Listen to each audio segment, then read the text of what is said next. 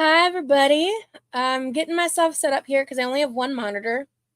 So I'm getting my live chat pulled up on my phone for when I'm going to need it. So let me get this chat open here. I have it on my screen too, but I'm going to greet you guys in just a second. I'm still just getting a little set up here. Okay, and the notification just went out. So I'm planning to do about a 15-minute hangout, let people kind of get in the door in case anybody's running a few minutes late. We can all just kind of have a general Rosie chit chat live. Let's see here. And then we will definitely be getting into the reaction today. So, hello, hi, everybody.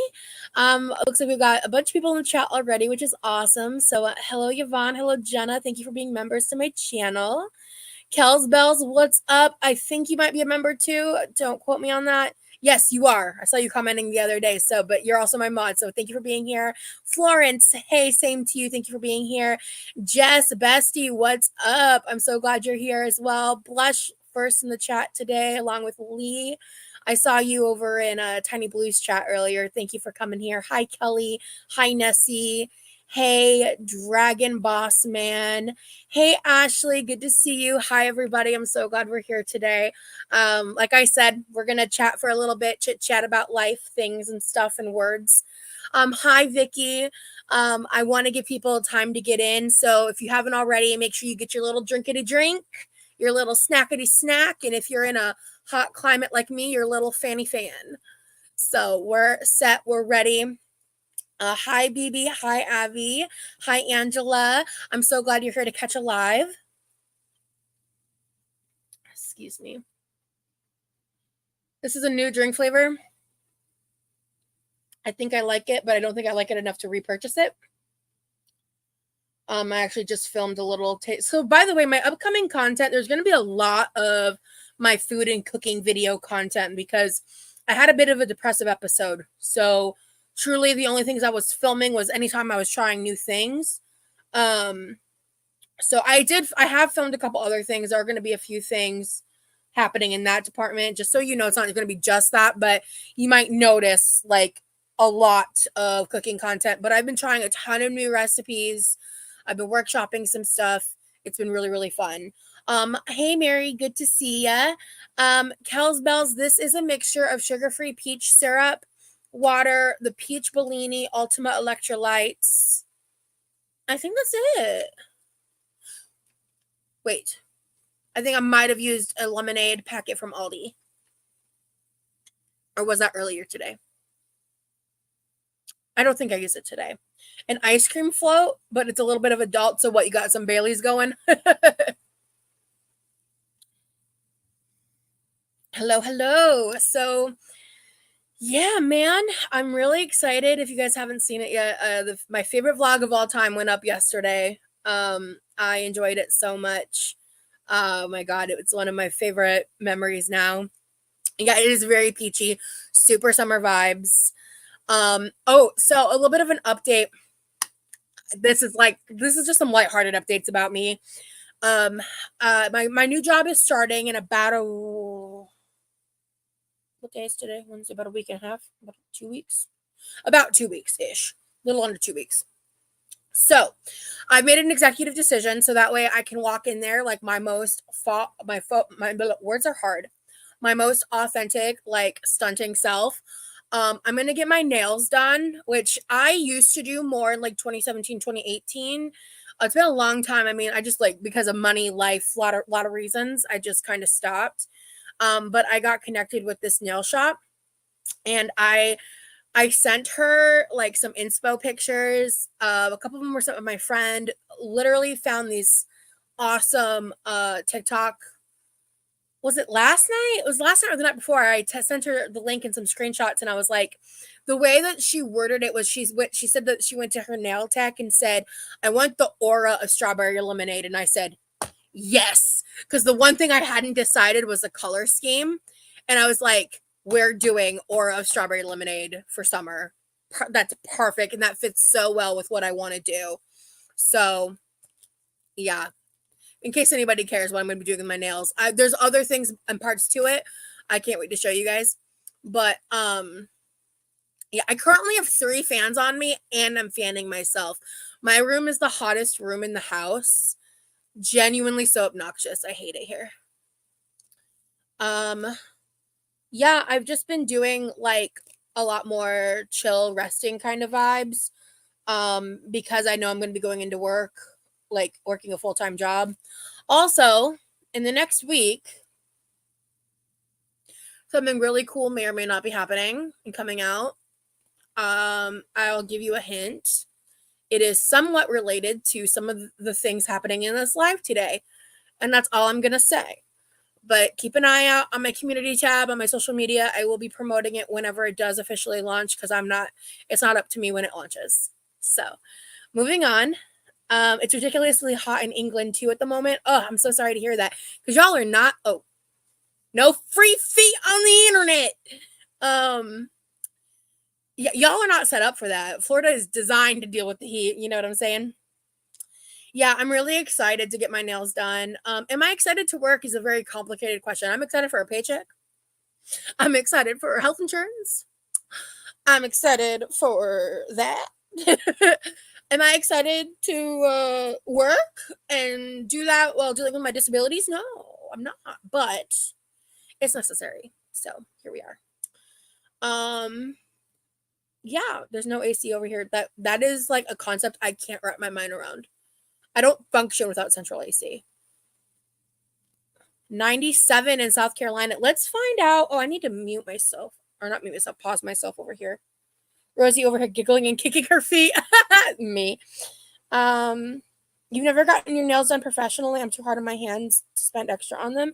Well, if that's the case, then you would probably benefit from doing what's called like a gel manicure so that they're not fake nails, but it's like a thicker layer that when done properly, it actually helps protect your nail health and they look cute and they have a decent like shelf life, quote unquote.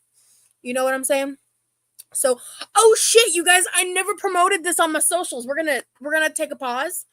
We can keep chatting, ask me questions or talk about whatever you want in the chat while I'm doing this. But yeah, it's currently 88 degrees in Florida for anyone who's curious. I am coastal, so it might be why it's a little cooler here.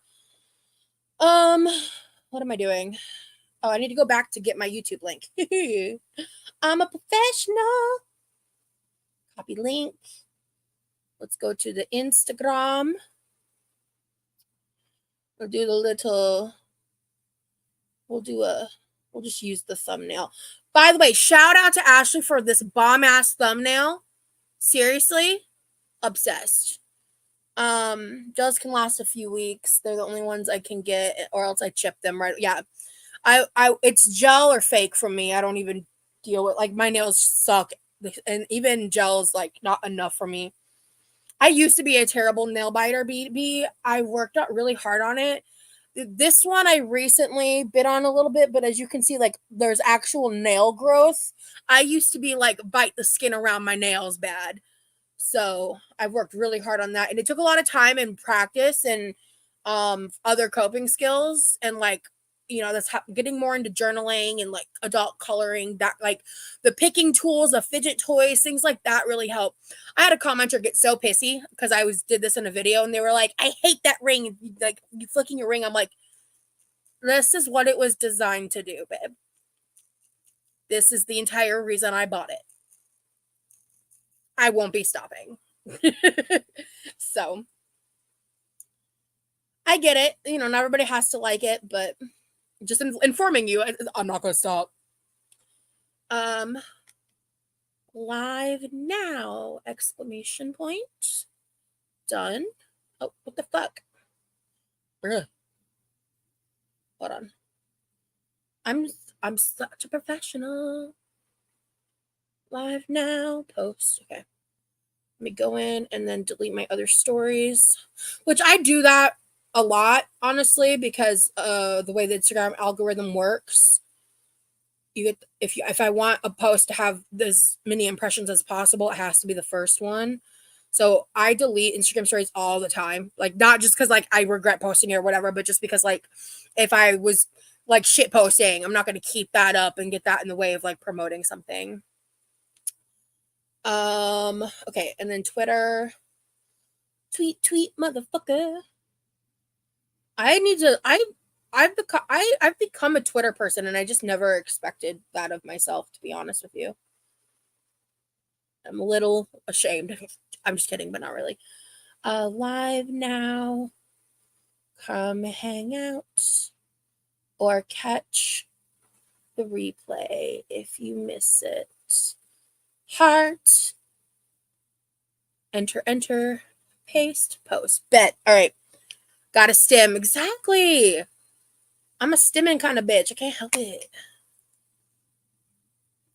I know. It honestly was rude, baby, but it was just like, it is what it is. You know what I'm saying?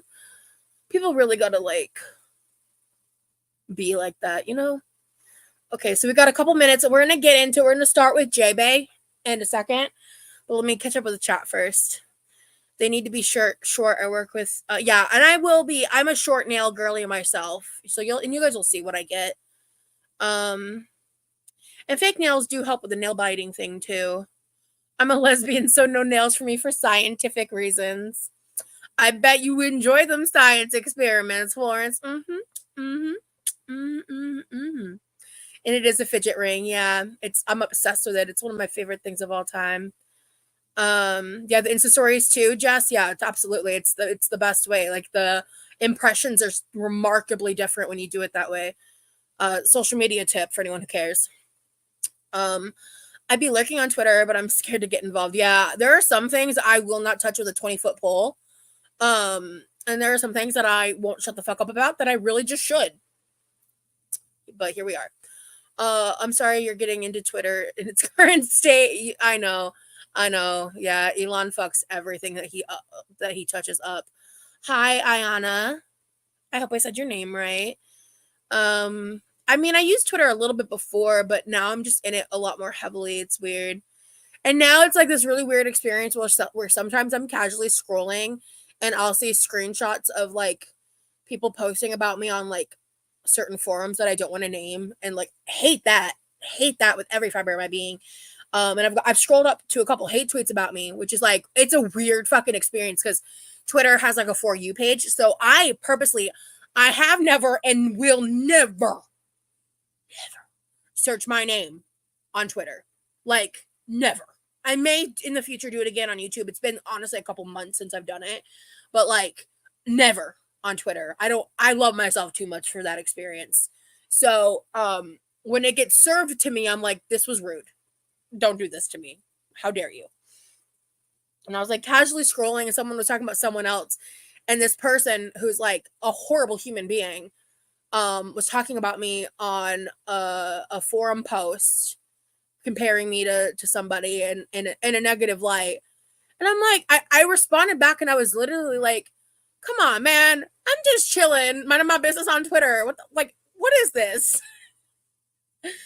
People be crazy.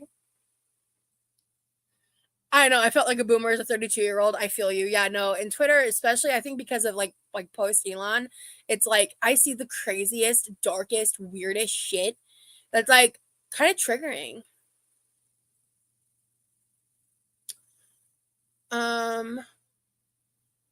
Elon is coming to my city to do some supercomputer BS. Baby, what are you and your people gonna do? Get a plan together. I feel like Twitter has a lot of hatred in general. Yeah, for sure. Okay. All right. So we're about to hit 6:15. So let's get into the reaction bits of today. So we're going to start off with JaeBae. And so I went through her shorts last night and I hand selected shorts that didn't have copyrighted music in them that were things I wanted to talk about. Most of the stuff that was copyrighted music were just kind of the general fat acceptance, body positivity vibe that I'm very much acquainted with in my past, for sure, that I probably myself have made and things like that. But I need to give some disclaimers because first and foremost, as of this moment, JaeBae and I are still mutuals on Instagram. We were never like besties. We didn't like chit chat a lot. We didn't know each other super, super well. But being from the same spaces online, we both followed each other and have followed each other for a while. JaeBae is a plus size influencer in the fat acceptance movement. JaeBae is the person that goes viral talking about the petition, which, trust me, we're going to get to my thoughts on the petition. We're going to get to my thoughts on everything. And you guys might be surprised on some of my takes. You might not be surprised on some of the other parts of it. But I kind of want to break everything down. And so we're going to go through some of her shorts. Then we're going to watch John's reaction to the most recent stuff. This video was made probably about a week ago. I did watch it when it came out.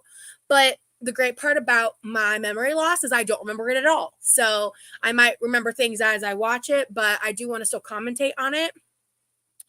And all of that. And then after that, I want to react to a video from Michelle McDaniels. So both John and myself and Michelle and myself, I'm mutuals with both of them as well. So pretty much everybody I'm talking about here, I have had some run-in with on the internet. So just full disclaimer on that front. JaeBae, let's just start by watching some of her shorts, and then I will give my full thoughts, because I don't hate JaeBae. I'm not on the JaeBae hate train. But I have a lot of critique and thought on her as a person. So let's get started. And I will do my best to look into the chat. Sometimes I may not be as interactive in chat as I normally am, because I'm going to want to focus on my train of thought, and I may lose my train of thought, things like that. Y'all know I'm neurodivergent as fuck, and I have memory loss issues, and if you've been following me for a while, you know, but in case there are any new people here, there's just some context to know about myself. So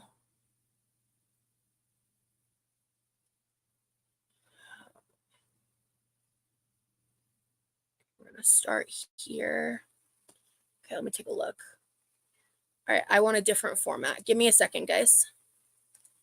Okay, that's what I want. All right, so I wasn't really too intrigued by her long form content. It seemed pretty run-of-the-mill standard, not an insult, but just in terms of what I'm trying to go for here. I felt like the shorts were going to really do their job for me.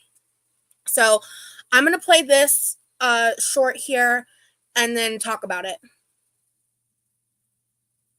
Have you heard about the Southwest Airlines customer size policy and how plus-size travelers who need more room can get a second seat for free or reimbursed if they book it in advance? I'm going to go ahead and show you how you can book your second seat for comfort on Southwest Airlines website using their customer size policy. So this is a common example of what JaeBae makes in her short form content on her Instagram Reels and YouTube Shorts. I'm just using YouTube because it's easier on the computer. Instagram, I feel like, is where I believe she has more followers on her Instagram than she does on her YouTube. Don't quote me on that though. But the customer size policy is something I've personally used every time I've flown. As an adult, I think I flew once when I was 16, but without access to a policy like this, I would not be able to fly. There's a lot of contention on this topic, and I'm of the opinion that Jae has fed into that based on how she's conducted herself and really touted the petition that she's done to try to essentially mandate these kinds of policies and taking them too far into an extreme. For me, I've never had to do it through the website. Every time I did it, I walked up to the counter. One time I forgot to ask because I was so nervous. I think it was one of the first times I flew. And the flight attendant was really kind and sensitive and literally asked me, are you interested in using the person of size policy? And I was like, oh, yes, of course. I meant to say that. And then they give you the second ticket at the counter because Southwest does not have an assigned seating setup like a lot of other airlines. So this kind of policy would be more difficult to enact with other types of airlines, but this policy works really great with the way that Southwest is set up. Now let's get right into this video and let me show you the step-by-step process to booking that second seat ahead of time. Click book a flight, then put in where you're leaving from and where you're headed to, and the dates, of course. The number of passengers will be 2 since you're getting an extra seat for comfort. Then from these list of options, choose the flights that you will like. This is really standard for a lot of her short content. So we're going to move on to the next short.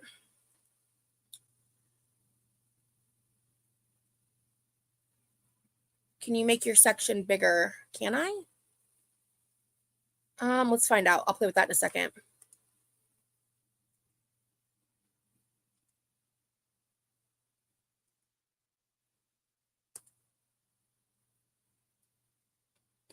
Let me take a look here. You want my face to be bigger? Let's try this. See, that feels really obnoxious, though. I don't know if I can.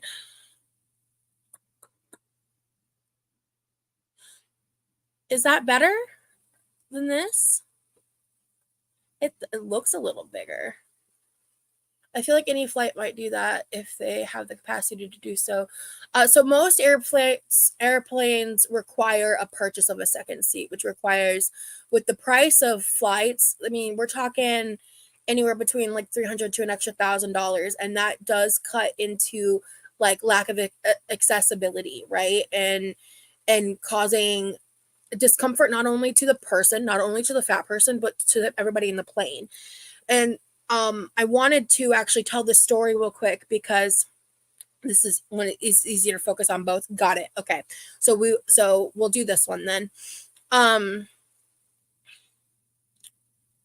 So I'm going to tell you a story of what happened to me. One of my flights that I did, I feel like this really encapsulates why I believe that this policy is a good thing to have. I'm not talking about the petition, mandates, any of that, but for this policy to exist, I feel like it's for the betterment of all customers of the airline, not just the fat ones. So, I get on my airplane. I get on the airplane. I get in my seat. I always sit by the window. I plan to never use the bathroom because I was flying 100 pounds heavier than I am, or almost 100 pounds heavier than I am currently. I don't even think I'd be comfortable trying an airline bathroom for another 50 to 80 pounds, honestly.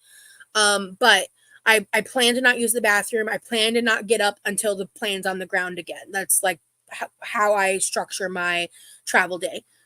So I get in the window because then, I basically feel more out of the way at that point. I get my seatbelt extender. I'll be transparent with you guys. When I have to fly, I have to use 2 extenders, or had to. I'm curious again now what it would be like now because I've lost a significant amount of inches. But I would have to use one at full capacity, and the second one I would only need like a little bit more, but one extender alone was not enough for me.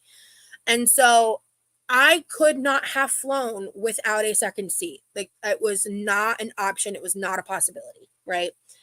And so in one of these instances, people were getting on the plane as it works with Southwest. It's like first come, first serve when it comes to seating.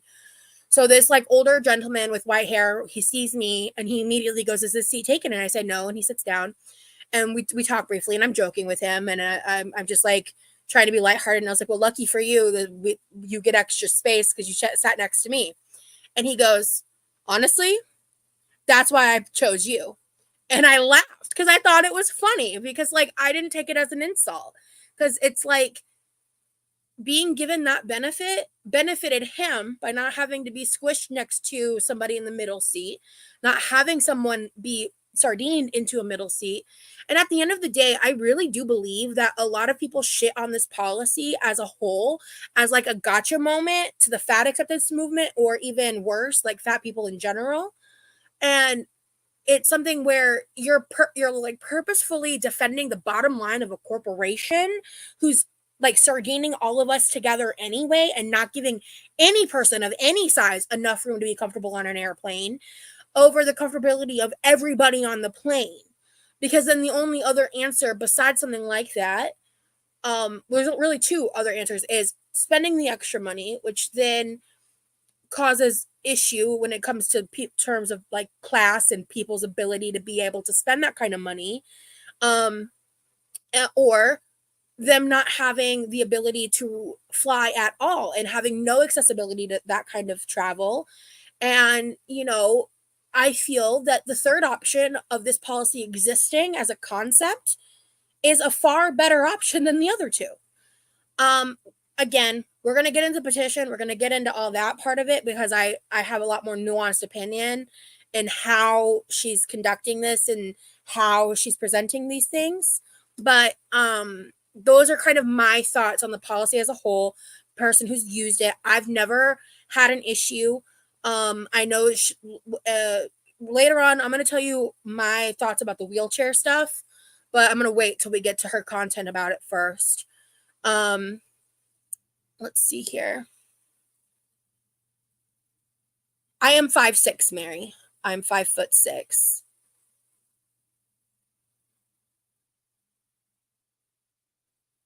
let's see.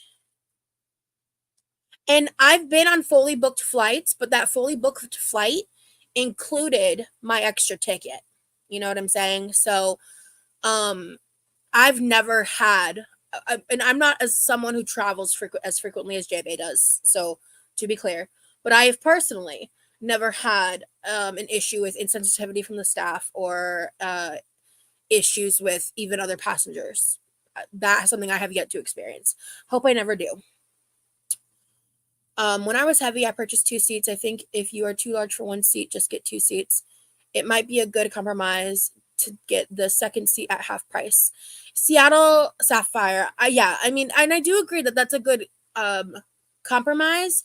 But at the same time, I feel like if more companies got on board with the person of size policy, I think what they would realize is they may actually end up getting a lot more business and revenue by the fact of including a large sector of the population that are priced out of buying 2 seats or even 1.5 priced seats as well. And especially on those flights that are not as heavily booked, because there are a lot of flights that go out with like a lot of room. I had those exact situations happen to me when I was traveling myself.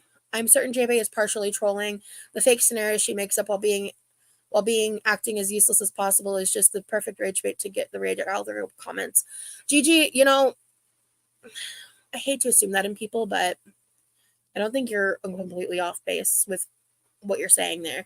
I don't think I 100% agree with everything you said, but I feel like there is parts of what she does that does utilize the rage bait, the rage watch. Like that is kind of her niche demographic when it comes to numbers.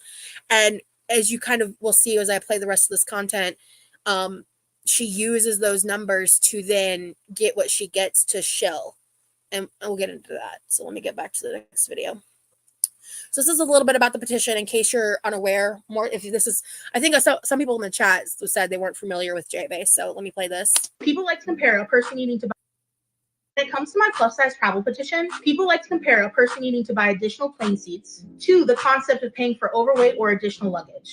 But you need to understand something. Once you check your luggage, there is a human that has to handle that luggage and get it onto the plane. And did you also This is condescending. That's my first thought. Also know that back injuries are very common for ramp agents at the airport. To lower that risk of back injury, strict standards have been set on how much that baggage can weigh. Also, let's be clear that luggage is an inanimate object, and people are sentient individuals with a right to a certain level of decency, respect, and safety. So stop comparing people to luggage. A plus-size individual or tall individual or someone needing more space on a plane is not the same as someone wanting to bring an extra Gucci suitcase. Humans are not being carried by ramp agents who could potentially hurt their back. And we deserve space on a plane to be comfortable and safe. So stop saying that if someone is taller or they weigh more, that they deserve to pay more for the same experience getting from point A to point B. Because that's just not fair and it's not human decency. When it comes to my plus So most of the words that she used, I feel like I agree with. I feel like it makes sense. Like, yeah, comparing people to inanimate objects is like a common misnomer. Maybe the misnomer is not the right word, but a common thing that happens when these kinds of arguments come up. Like, yeah, obviously human beings are not luggage, but in the comparison that I feel like that comment comes from is that the heavier the plane is, the harder it is to stay up in the air. You know, inertia science, that is how it works. And I think what I find frustrating about this particular short is like, it's again, and as I keep playing these, you're gonna see it. They're very scripted.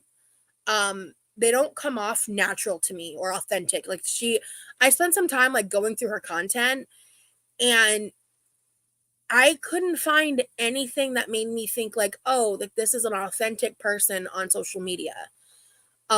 It just made me think, oh, this is a branded person on social media. And like, in a sense, like if that's what you're here to do, then that's what you're here to do. But as a content creator and a spectator of content, I don't relate to that. I don't like that. That's not what I want to be. That's not what I want to watch. When it comes to like actual content creation. And I can understand feeling annoyed or whatever about this comment in comparison, but the way that the script was said and delivered really does come across as condescending, and there's just not really any other way to tout that, in my opinion, of JaeBae.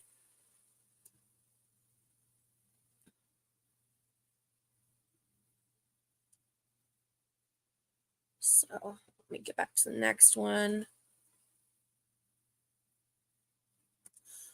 And so I found this short, and I feel like it's another example of what a lot of people talk about with JaeBae is the entitlement, the condescension, like the things like that. I feel like this is another example of entitlement, and I have some points I wanted to ask and raise, but let me look through the chat real quick. Abby, I'm going to get to that point. Absolutely. Didn't you want to get pushed in the wheelchair on the jet bridge? That person has to physically move you. Yeah. So in a sense, with those two scenarios, she contradicts herself, and we'll definitely be getting into that. And then that's not true at all. If they are not in the best shape and have the wheelchair transportation to and from the plane, it's like a luggage agent. Yeah. The luggage handlers are working very fast and lifting the full weight of the bags repeatedly. A human passenger might need assistance, but not the same kind. Yeah, exactly. So, refresh. Every time I use a rideshare, I'm forced to ride without a seatbelt because there are no seatbelt extenders. It's time to make it mandatory for rideshares to provide seatbelt extenders. Read the caption for more.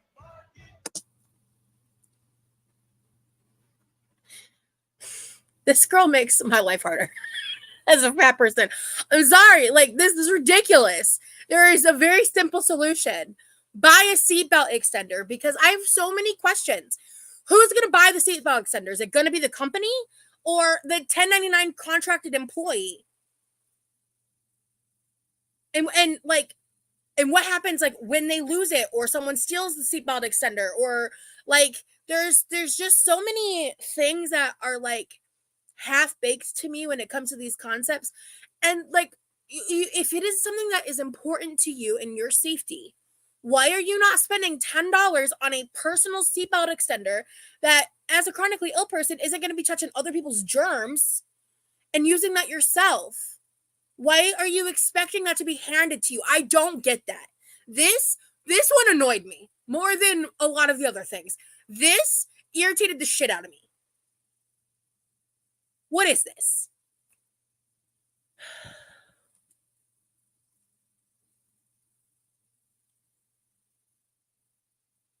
It's Chris. Why doesn't she use her own seatbelt extender? Exactly. Fucking exactly. That's what I just said. Pushing a wheelchair is less risk of back injury than throwing your bags. That's so true. Like, yes, even like, the words are hard. Pushing a like luggage cart is easier than throwing the baggage. Like the ups and downs and the motions with the arms. Absolutely. Those jobs are higher risk of injury. I feel like it could be entitlement, or it could be her trying to be the person that gets the last word in before you can hurt their feelings over it. Almost like defense at the gate. Interesting. Not everyone is going to know about this stuff. It's not coming. And it's also like, the end of the day, people who need seatbelt extenders are a minority of the population. And there are some accommodations that I think absolutely should be expected upon other entities to help provide, like especially the government, when it comes to like accessible buildings, accessible sidewalks, parks with accessibility, public places with accessibility, things like that. Abso-fucking-lutely, dude. Absolutely. But a seatbelt extender? That's like expecting a museum to give you a cane to use because you need to walk around with a cane instead of being expected to buy your own. You know what I mean? Like,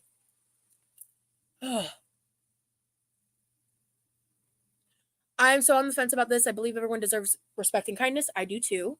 If companies are to make these demands for people of size. Who is paying for all of this? Can you imagine the expense? And that's what we'll get into more with the petition for sure. Yes, this rideshare one got me heated. Yeah, this one pisses me off. This is, I feel like, a perfect example of her being super nitpicky and dramatizing the needs of people that, like, yeah, like, it would be good to have a seatbelt extender. It's better for your safety that way. But you want the cost of it to go up for everybody, for them to have this like seatbelt replacement program for a section of the population that you can inexpensively get your own seatbelt extender for. And I don't think I did this disclaimer yet, so I do want to just say it now before I forget. I'm not trying to hate on JaeBae. I don't hate JaeBae. I don't think she's the worst person on the planet. I just strongly disagree with this. So, go off, sis. It's a tool just like a travel neck pillow. Exactly.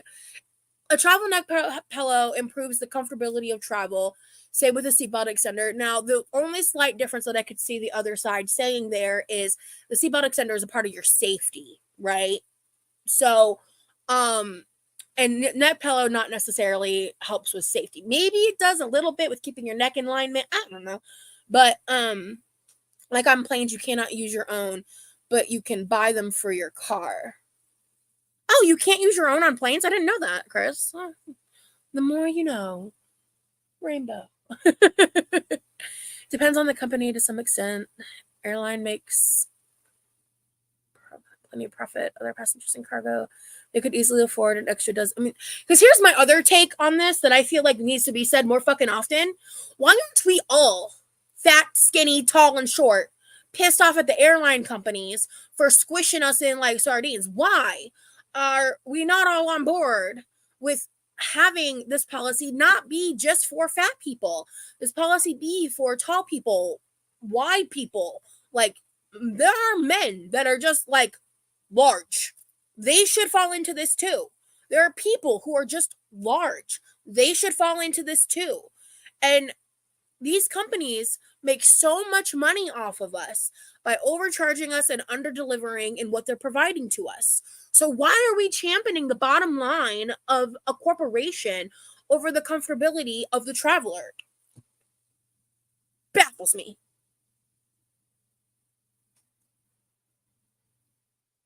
Why they would want to use their own extenders, safety. Yeah, exactly. With planes, I get it, why they would want to use their own, true.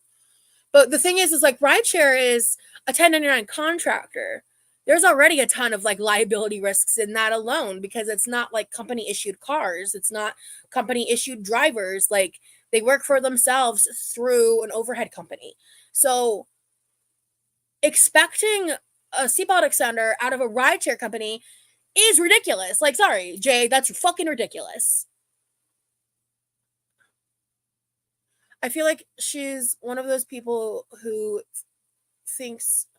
feel like everything is up to everyone else to care for her needs. She doesn't want to care for her own needs. Yeah. All right.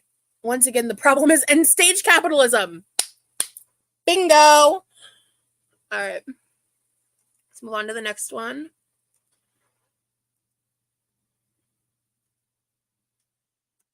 All right, this one I think is interesting. I feel like I'm just going to have a lot to say to it. I may agree with a lot of this, just to be honest, because again, like I said, I don't hate her, and I'm not here to just like join the JaeBae shit on train, like shit on JaeBae train. But again, if I remember correctly, I feel like there's some condescension in this one too. And like with like Marissa on TikTok, for example, I don't remember her username, but she is one of the most condescending human beings I've ever seen. And like no amount of anything valid she says would make me want to listen to her for more than 5 seconds because of how obnoxiously condescending she is. And I don't feel like Jay is on that level, but sometimes I see it seeping through and don't love that. First things first, I have never said that obesity is a disability. So if you're here for that argument, you're on the wrong flight. So I would say that, first of all, I agree. I've never considered any of my disabilities to be obesity. I think legally, you can be considered classified as disabled if you're obese enough. I think. Don't quote me on that. But for me personally, I have never and will never claim my weight as being a disability. I lived with someone briefly once who I had been friends with in childhood, and this was like at the height of some of my bullshit, and like in terms of the trauma and my disabilities causing me problems, and I would talk about it honestly and express to her what was going on. And finally one day she blew up at me, and she basically told me, like, if you're so disabled, then just lose weight. Like, she hadn't listened to a fucking word I said, because I don't classify my weight as a disability at all. And again, I think legally, let me see if anybody said anything in the chat about that actually. Yeah, so in Canada it can be, but yeah, in the United States I'm not sure. So again, but in terms of identifying that way, I don't classify obesity as a disability. I think it can lead to things that are debilitating, or that can lead to complications that are a disability. But I know that, like, I believe like her oxygen situation is not related to her weight. At least that's what she's claimed. And I honestly don't know too much about it, that I don't plan to comment on that in this live, because I don't think it would be fair to speculate on her health being uneducated about it. And that's not really the point here, because the bigger issue is the stuff that she's saying, not who she is or what she's doing. Let's be clear. Being fat does not automatically mean you're disabled. Repeat after me. Fat and disabled are not the same thing. Good job, class. Now, Really? let's talk facts. It's 100% possible to be fat and disabled at the same time. Shocking, I know. But here I am, a living. Girl. This shit's not cute. I hate this. I hate this kind of content. I hate it. I hate this tone, this delivery. Like, and honestly, I think part of the reason I hate it so much is I feel like I used to act like this when I was 23. And I believe she's 30 or almost 30. Like, I feel like this was me in 2013 being obnoxious on the internet. Like, and I think that's why it triggers a part of me a little bit. Because this is obnoxious, and I was obnoxious, you know? And this just annoys me. Breathing example. My disabilities don't disappear because I'm fat, and my size doesn't negate my disabilities. They coexist. They're like roommates who don't always get along, but they're stuck with each other. So, to all the keyboard warriors out there who love to educate me on my own body and life, please. So, yeah. I mean, I agree with everything she said for the most part, but her delivery makes me want to shove my head through a wall. Please take a seat and maybe try using Google before you comment, because, spoiler alert, I've never said obesity is a disability. First things first. So that's that one. And that was again. So yeah, I mean, I fall into this category, but when I was at my heaviest weight, I was as large as Jay is. Like, I am a fat person who is disabled, and I don't consider myself disabled by my fatness. I feel like it contributes to my leg issues that are previously unhealed injuries. Obviously, my weight contributes to my pain and contributes to my problems, but my weight itself is not a disability, and I don't ever want to make that claim myself either.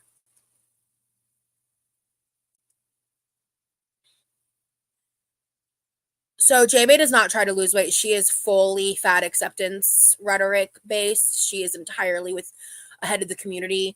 I don't think I saved the shorts, but she does have shorts discussing procuring funding for an organization that is specific to pay fat, like it's like to pay people for what's called fat labor. So the entire purpose of it is essentially like fundraising grants to give fat people in, I'm assuming, like the social media world, which is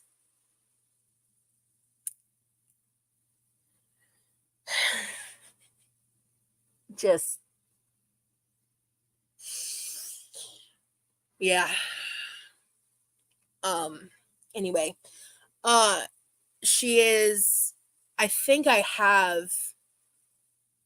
is the next one what I think it is? Yes. So this one, because I wanted to touch a little bit on JaeBae, like what I know about her in this realm here. So let me pull up the next short that I got.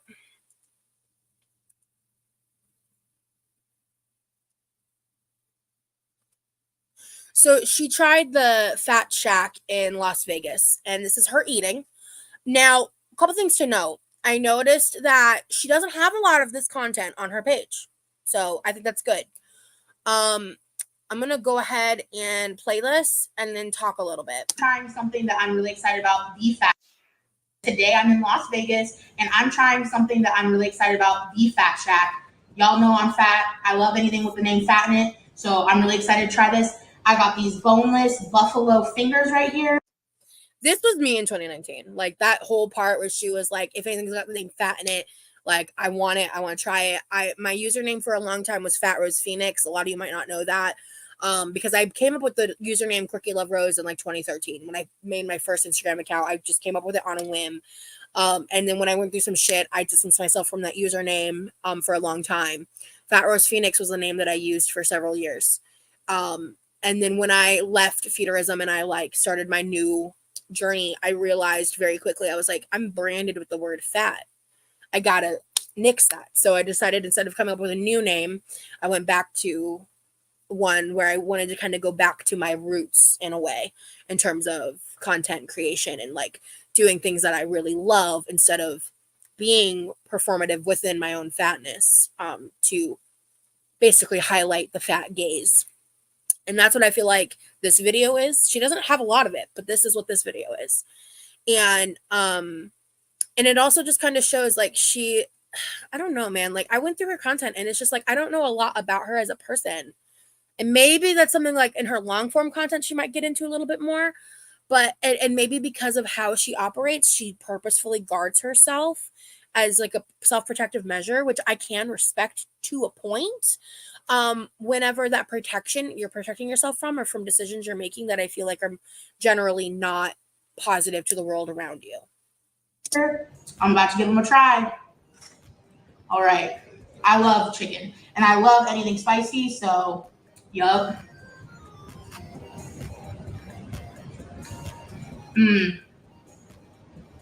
Those are like a 8 out of 10 for sure. Yup.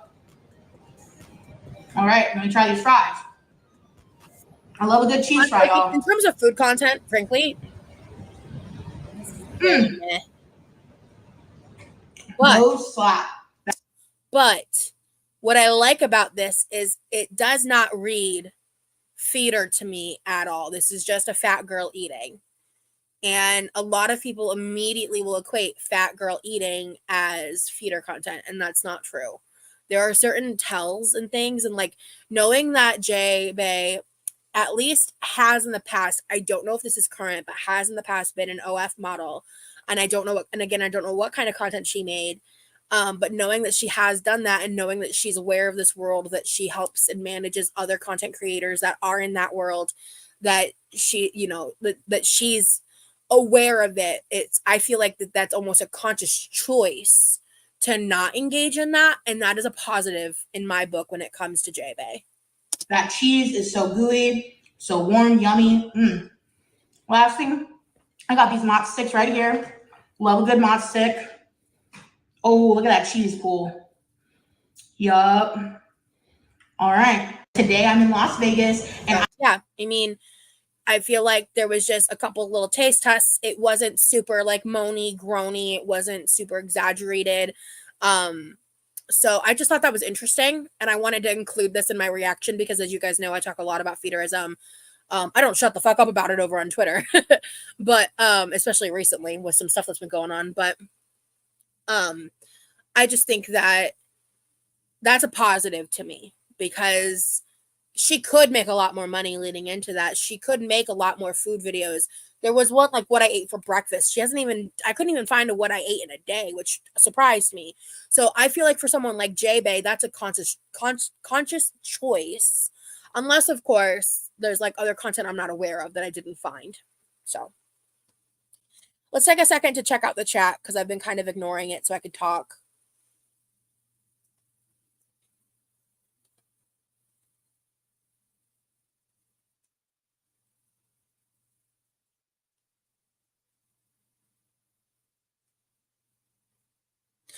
So yeah, JaeBae, as far as I know, she's not ever. I feel like JaeBae would lose a lot of, she would lose a lot of support if she went on a weight loss journey, and that's just the really dark reality of fat acceptance. All of her support are the kind of people that would be angry that she wanted to lose weight.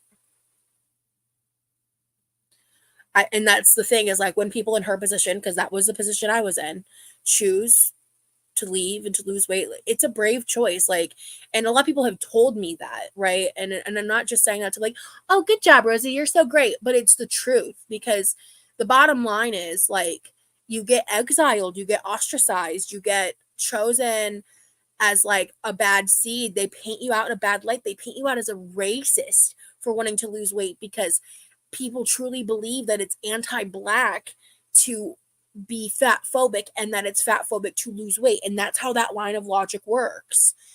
It's dangerous. It's dangerous rhetoric for that reason.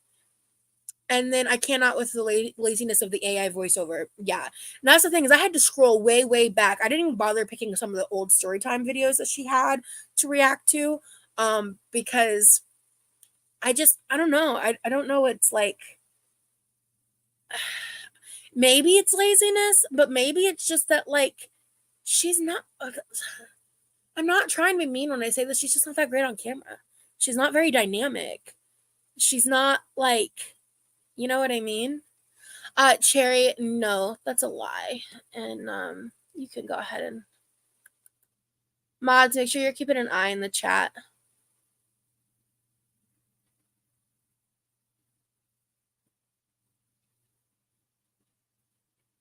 I hate that she makes her size her personality. That, yeah, I mean, that was once me, Brie. I won't lie. As an older person, I find this sad. She may not make it to my age if she continues on this path. And she's in her late 20s. I didn't wake up until I hit 30. A lot of people in the fat acceptance movement are the kinds of people who have made their fatness as a personality trait. For sure. I was in that realm for a little while in my 20s. Yeah, that's how we met, dude. Looks like the least interesting thing about someone, in my opinion. Looks are, yeah, I feel you. You look like you had so much fun at the fairy festival. I really did. I really, really did. And make sure if you haven't watched that vlog, please do. It's my favorite vlog of all time. These people need to have real life conversations and log off. Losing weight isn't racist. Oh my God. Yeah, I mean, I was called anti-Black for speaking out against fat acceptance. So, and in my journey, I've never brought up the concept of race in regards to my experience because I'm white. And I feel like that would be not only a bad look, but a bad idea. Like it's just inherently a bad thing to do, you know? Especially as someone who sees themselves as an inclusive person, right? Leaving any insular, I'm sorry if I'm butchering that word, group that defines themselves as persecuted is always difficult. Ooh, Lee, yeah. Yeah. I've heard them talk about obesity and racism. As a Black woman, I'm confused by that. Not trying to start drama, but can someone explain it to me, please? Yes, absolutely. So I'll do my best. I'm as a white person, like this is something where I do get nervous talking about it because I don't want to accidentally overstep or misspeak. So I'm going to preface by saying that. But within the fat acceptance community, it is believed that it's the fat acceptance, body positivity is founded by Black women, Black culture. This is inherently not true. in the sense that it's been proven that the NAAFA was founded by 2 cis white men, one of which was a feeder and one of which was a fat admirer. So it is actually quite literally founded in the worst parts of these communities. And that's the truth that I did not know. Like, the day that I found that out, the only thing that was comparable to was like the day that I found out that Joseph Smith was considered a scam artist to most people as someone who grew up in the Mormon church. Finding that fact out was like life-shattering to me. I do have other tattoos. I have my Stay True tattoo, and I want to get this covered up, but it's a Harry Potter tattoo. I don't know if I'll actually get it covered up, but I'd like to. What about famine? What about those who cannot begin to imagine the privilege of having so much that obesity becomes a problem? I mean, I feel like that is like, and not to be rude, I feel like that is kind of a whataboutism. You know what I mean? Like, yeah, famine is horrible, and what's happening over in Palestine is horrible. Like, it's one of the reasons that I do boycott, and it's one of the reasons that like the amount of fast food that I eat is significantly lessened, because I would rather die than eat at McDonald's or Starbucks again. And most fast food places are kind of on that list. So I use that as an excuse to really not go to them. And in a sense, that helps me and my problem with my weight, right? But famine is a horrible thing. And but again, that is just kind of like a whataboutism, you know what I mean? That's crazy. Those two things don't even connect. I feel you. And Colada, thank you so much. I'm really glad you enjoyed the vlog. From what I've gathered from an outsider, part of it is that Black people are statistically more likely to be overweight. And during the 90s, the curvy body type was called fat. Yeah, I mean, Lee, sorry, I keep saying Lee, I agree with what you said there, because it's like, I think that is kind of what it's based in.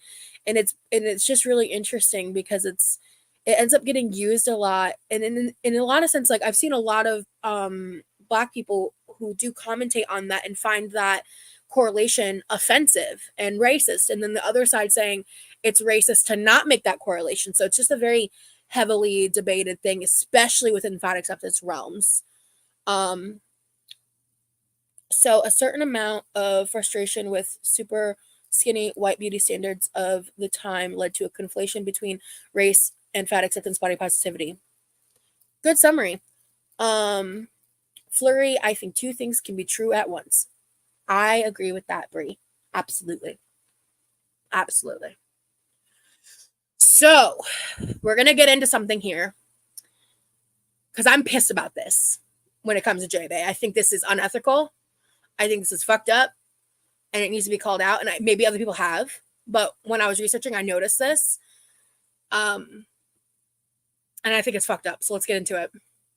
So these are advertisements that were paid for about negative experiences around the weight loss shots. Now, as y'all know, I had a negative experience on the shots. Thankfully, nothing severe in terms of being hospitalized, but severe enough that continuing the medication was not a good idea for me. Really sucks. I look at my Monjaro in the fridge, like longingly missing an ex that I only got to see for a hot summer fling. You know, it's really sad, frankly. But as you can see here, paid spokesperson, attorney, advertising. So I'm going to just play it briefly so you get. It was originally developed to manage. We need to have a conversation about Ozempic. It was originally developed to manage. I almost said a joke that would have borderline being fat shaming. I don't like to fat shame, but it popped in my head and it made me laugh. Diabetes, but has since become a go-to solution for intentional weight loss. It's been fueled by aggressive marketing campaigns and celebrity endorsements. If you or someone you care about is experiencing severe side effects, it's just very clearly a a standard attorney at law kind of advertisement, right? And it had a little thing on the side, but as far as I could tell, there was no hashtag ad, which is murky on its own, right? That's murky. you should hashtag add the beginning of your caption, because with the FTC guidelines, it's expected that the fact something is an advertisement is to basically be in your face. It needs to be obvious. It needs to be like the first thing you see, so that way you know you're being advertised to. Because that sneaky marketing is where shit can really go awry, right? So this is just kind of that standard thing. This was the first one on the account, because I found this other one first. So let me pull it up. This is my last one. So this was the more recent one. Now, what do you see here? Nothing on the screen. No hashtag ad. Ozempic, Trulicity, Wegovy, or something. If you or someone you know has taken Ozempic, Trulicity, Wegovy, or something similar, stop scrolling. Sure I'm not talking you could be entitled to compensation. Have you experienced persistent vomiting, gastroparesis, or stomach paralysis? What about intestinal? Those are all real issues for some people on these medications, and you need to be, just like you would take the decision to weight loss surgery seriously, you needed to make the decision of taking the weight loss shots seriously. I contemplated on it for months before I did it.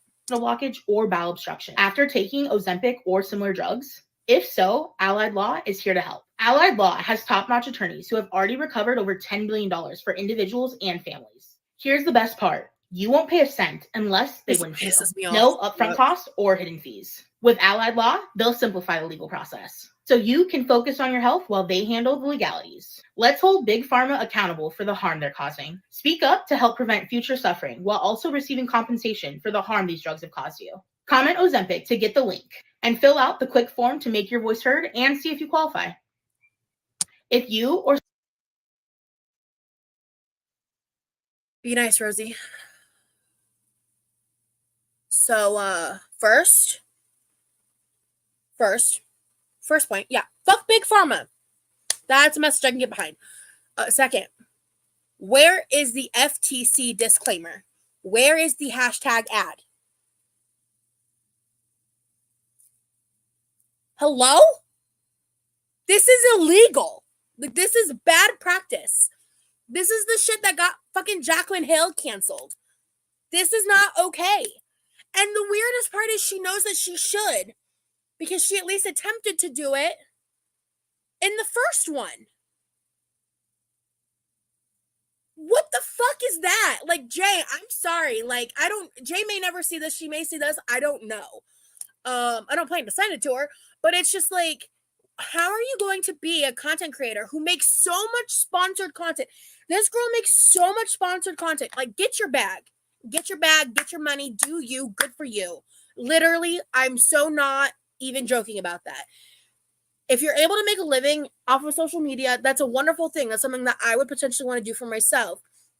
But as I've shown you guys, like, I've gotten opportunities to get paid for things that I won't take because I just don't fucking believe in it. I won't actually like it. But when I am paid for things, when I do things like that, you always have to disclose it's a fucking ad. Not doing it that way is unethical. It's manipulative. It's fucking weird.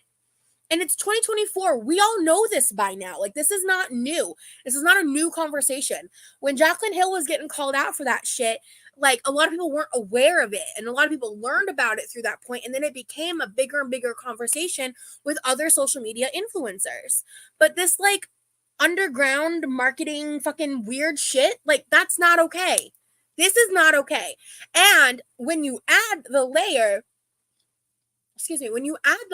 of demonizing a life-saving medication, Ozempic has, like, specifically for my mom, has changed her life. And, like, because my mom's diabetes is, like, far worse than mine ever was. And so she's on it for her blood sugars. And, like, there are side effects she's dealing with that she's, like, not happy about, but she does because it's so fucking incredible on her blood sugar staying in control. So, like, further demonizing a life-saving medication just because it's currently trendy and celebrities are abusing it and other people are abusing it through med spas, where it's like, you know, all medications within Big Pharma have risks associated. But to advertise for a company and make it look like you're just spreading the word is manipulative as fuck. Sorry. This pissed me off. Beyond anything else I'd seen, which is why I saved it for last, because this is fucking ridiculous. All right.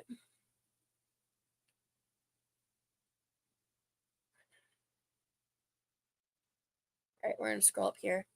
Yeah, back in the day, it was perceived that Black women in particular were deemed as less than, and in comparison to the skinny white woman, they found strength in their bodies. This is what I read. Okay. Go off, sis. Thank you, Abby. You should not listen to anyone other than your own personal doctor who knows you and your medical history for real, for real. Yeah.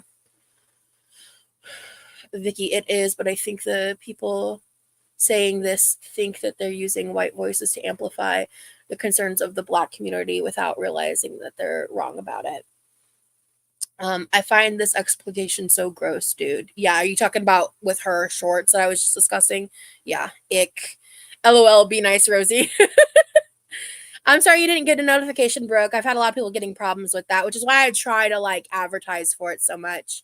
Drag her, Rosie. I don't like how she talks. There's like zero effort. I would just feel so dirty talking about something I wasn't qualified to talk about. Yeah, Jennifer, I feel that. Yes, my dad is also diabetic, and it's the only medication that has worked for him. Yeah. So, yeah, I mean, and I feel like I am qualified to talk about this. I have experience with weight loss shots.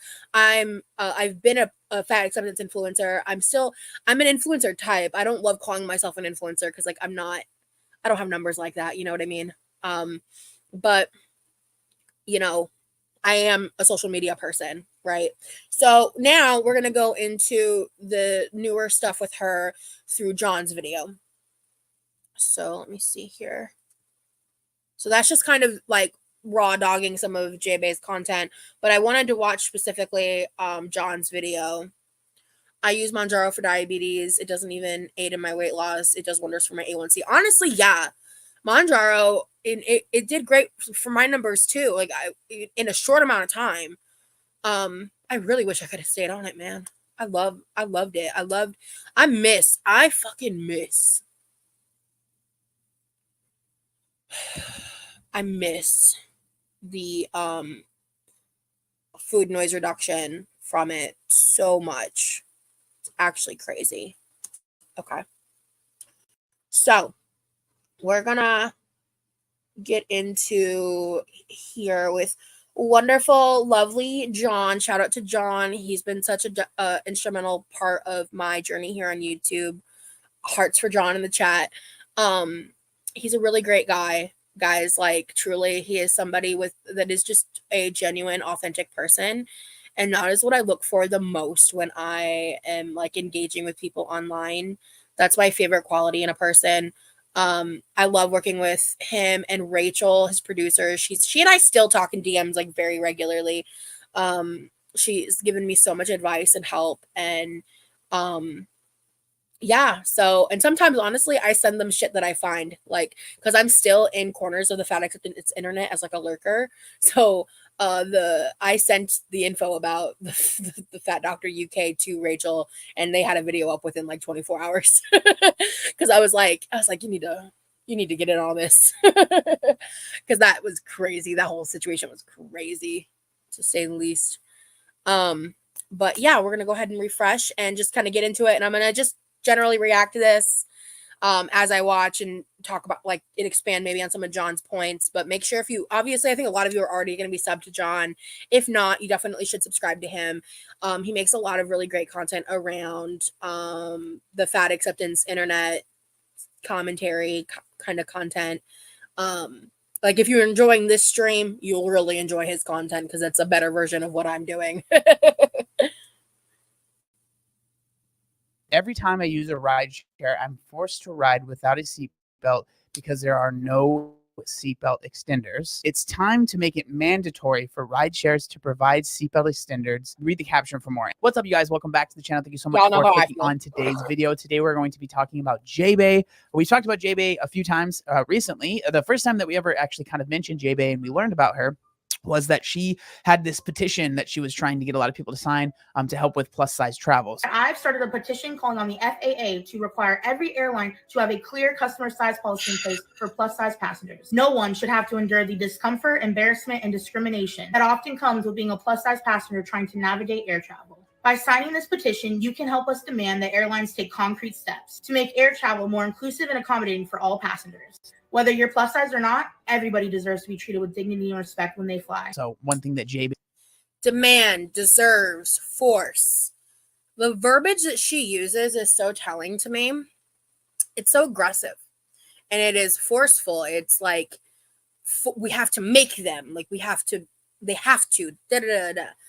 And it's like the way I see it, it's like I feel like a petition wherein airlines that choose to opt into this policy get some kind of tax write-off. Like the gifted seats could be some kind of like, and I'm not an economic person. I'm not a numbers person. I'm not a money person. So people much smarter than me would need to figure this out. But I feel like if you gave the airline some kind of tax benefit to choose to opt into this, where they may get some kind of credit back or something like that, or they have a little more control in how they set up a person of size policy, that would make so much more sense. But when you dig into that petition, it makes us look like a joke. Us as like fat people. It makes us look like entitled, demanding brats. What do you mean all hotels need to fucking bulldoze their buildings and widen their hallways and widen their elevators? What do you mean? That shit's crazy. And then another example for taking it too far is like, it should be 2 or 3 seats. I'm so sorry. I'm so sorry. I'm so sorry. I actually like, not to be hateful or rude, but like I genuinely, besides maybe someone my size also having some kind of like air tank or equipment with them that they need to keep into a 3rd seat, that is the only scenario I can think of where a 3rd seat's even necessary. And it's like expecting 3 seats for free is too much. It is. Like,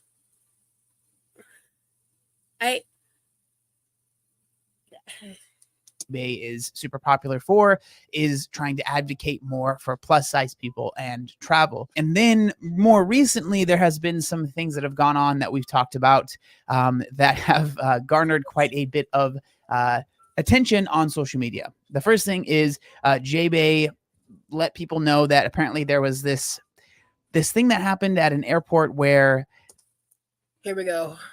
The person that was supposed to be pushing them in a wheelchair, basically, from what she says, decided they didn't want to do that and made them follow them through the airport without the wheelchair. And she said that she was getting blue in the lips and she felt like she was almost going to pass out. And she was really upset about that. So I'm going to touch real quick on the blue in the lips part, because there are parts of these claims that are like really serious. And I feel that a lot of people are too quick to dismiss if this story is fully true. Because I feel like there are parts of it that are true. And I think there's going to be a point to get to in a moment on why it's... I am very split on whether or not this happened or not. I'm going to be honest. I'm the kind of person that would be inclined to believe a story like this. Because I've experienced life like this. I've flown through Southwest. I've used the wheelchair assistance. When I was on one of the ramps one time, this was when I was like much heavier, like well before I lost any of the majority of my weight. I was really struggling with my pain, the chronic pain, all that stuff. And I'm going to expose myself here. When it came to the ramp, there was an attendant there, and then they had to get a second person to get me up through the ramp. And they handled it very professionally. And they had 2 people do it instead of 1, and then 1 took over because specifically for the ramp, it was specifically for the ramp, like it's a little upcline, it's harder. The ramp is hard, and it was hard on those people. And it's like, I don't know if she's talked about this or not, but like I learned through these experiences, like if you're ever using those assistance measures, you need to tip those people. And so I made sure I tipped each person well, like very well, because of my weight, because of the work they were putting in, because they need to be valued for that and they need to be paid for that, because they are putting themselves in some level of risk that when they take on that job that is a part of their job role, it just is. Whether you agree with that or not, that is the reality of the situation. And so as the fat person, it's very important that you tip them appropriately and treat them well. I had some great conversations and experiences with the attendants that did help me the time. I think there was one trip I did, and I think I used that feature definitely 2 times, maybe 3 or 4, because of like layovers, and it was like a round trip experience. The first flight attendant, though, when he took me somewhere, I did not know about the tipping rule. I found out about it afterwards, and I found out about it because I stood up, and I think he realized I wasn't going to tip him, and so he just like walked off. And I was like really confused, and I asked one of my friends who had more experience traveling about it, and I felt so fucking bad because I genuinely didn't know. And so had I known that, I would have, so I didn't even have cash on me. So as soon as I met the next attendants, I'd be like, do you have Cash App? Okay, what's your Cash App? I would just immediately Cash App them because I'm like, I don't want to make that mistake again. That's so embarrassing. Because as I've said many times on my channel, I'm a huge proponent of treating service workers well and them being treated well. So it's like, if they're at risk, they have a right to refuse. Like if they feel like they physically can't handle that, regardless of like, you know, we can get into the semantics of like how they were treated and everything like that. But like in terms of that fact, they have a right to not do that. They didn't have a right to take the wheelchair away. They should have left it there for her to sit in. But if that's again what happened. But anyway, we're gonna get back into it. But I wanted to explain. I've used this policy. I've done these services before, and so not nearly as much as she does. And it's hard for me to say like, oh, I think she's lying. I don't want to believe someone would lie about something like this. But I think it's really crazy that she didn't film any of it.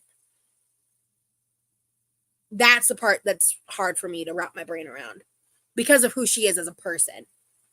If she's a random citizen, that's one thing. But she's JaeBae. I don't buy that entirely, to be honest with you. Forced to walk up one of the longest jet bridges I've encountered, and she didn't stop. By the time she let me reach the wheelchair and sit down, my lips were white. My oxygen levels had dropped, and I almost fainted. This was my first time flying without oxygen. This woman. So I think the craziest thing to me is that to be in that position where just walking down a jet bridge, which it might be the longest one you've ever seen, but none of those are insanely long, is causing you to a point where your lips are turning white and you can barely breathe. I don't understand how you don't see that happening to you and think to yourself, I really need to make a change because this is a life that I don't want to live. So she made a video about that. And then I mean, yeah, he absolutely has a point there. I think it's fair to also note that she has other physical health issues outside of her weight, but her weight is going to contribute to the struggle of breathing when doing those things, and working on that in any capacity is going to help the other physical issues regardless. Long after that, she claimed that basically she wasn't able to fit through a specific door and that people at the airport that worked there were just laughing at her and didn't have any sympathy. So those are a few things that have happened recently. And there has been another thing that has popped up that I feel is worth talking about. So let's get into that now. So this is the video right here. And the caption goes on to say, every time I use a ride share, I'm forced to go without a seatbelt because no seatbelt extenders are available. This is a common issue for many plus-size individuals. This isn't just inconvenient, it's unsafe. It should be mandatory for ride shares to provide at least one seatbelt extender per vehicle. Companies should reimburse drivers for the cost, which averages around $20. Although I always bring a universal seatbelt extender with me, they often don't work. If each driver carried at least one seatbelt extender specifically fitted for their vehicle, this problem could be eliminated. Safety for all sizes should not be optional. Agree? Question mark. Right? And they often don't work. Why? It's a universal seat extender. I mean, truthfully, I just play with fate and I just don't fucking bother. If there's a sensor, I just buckle it and sit on it. I'm gonna be real with you guys. Like, that's what I do. Is it safe? No, it's not. Don't be like me if you can not be like me. In fact, I was just thinking the other day, I haven't even tried my seatbelt yet. Since I've lost 100 pounds, and I realized that like the other day. So I think the next time I go somewhere, I'm gonna try that out and maybe vlog it. And if it doesn't go my way, y'all won't see the footage. But if it does, I'm going to go ahead and play this video. There's music that we can't listen to because it will get copyright. So we're not going to hear any of it. But basically, you don't even hear her voice. It's just an AI that's reading this. But it goes on to say, every time I use a rideshare, I'm forced to ride without a seatbelt because there are no seatbelt extenders. There was music to that one? Right? Shit. And then it says, it's time to make it mandatory for rideshares to provide seatbelt extenders. Read more.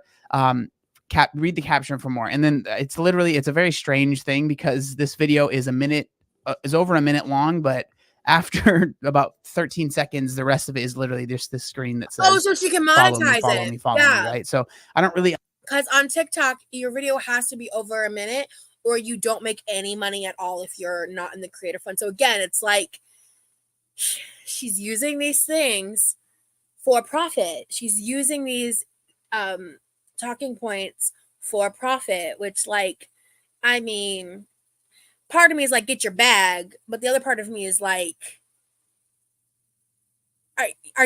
you're not gonna actually enact any change with this. This is just, then that brings it back to the point of like, is this just rage bait?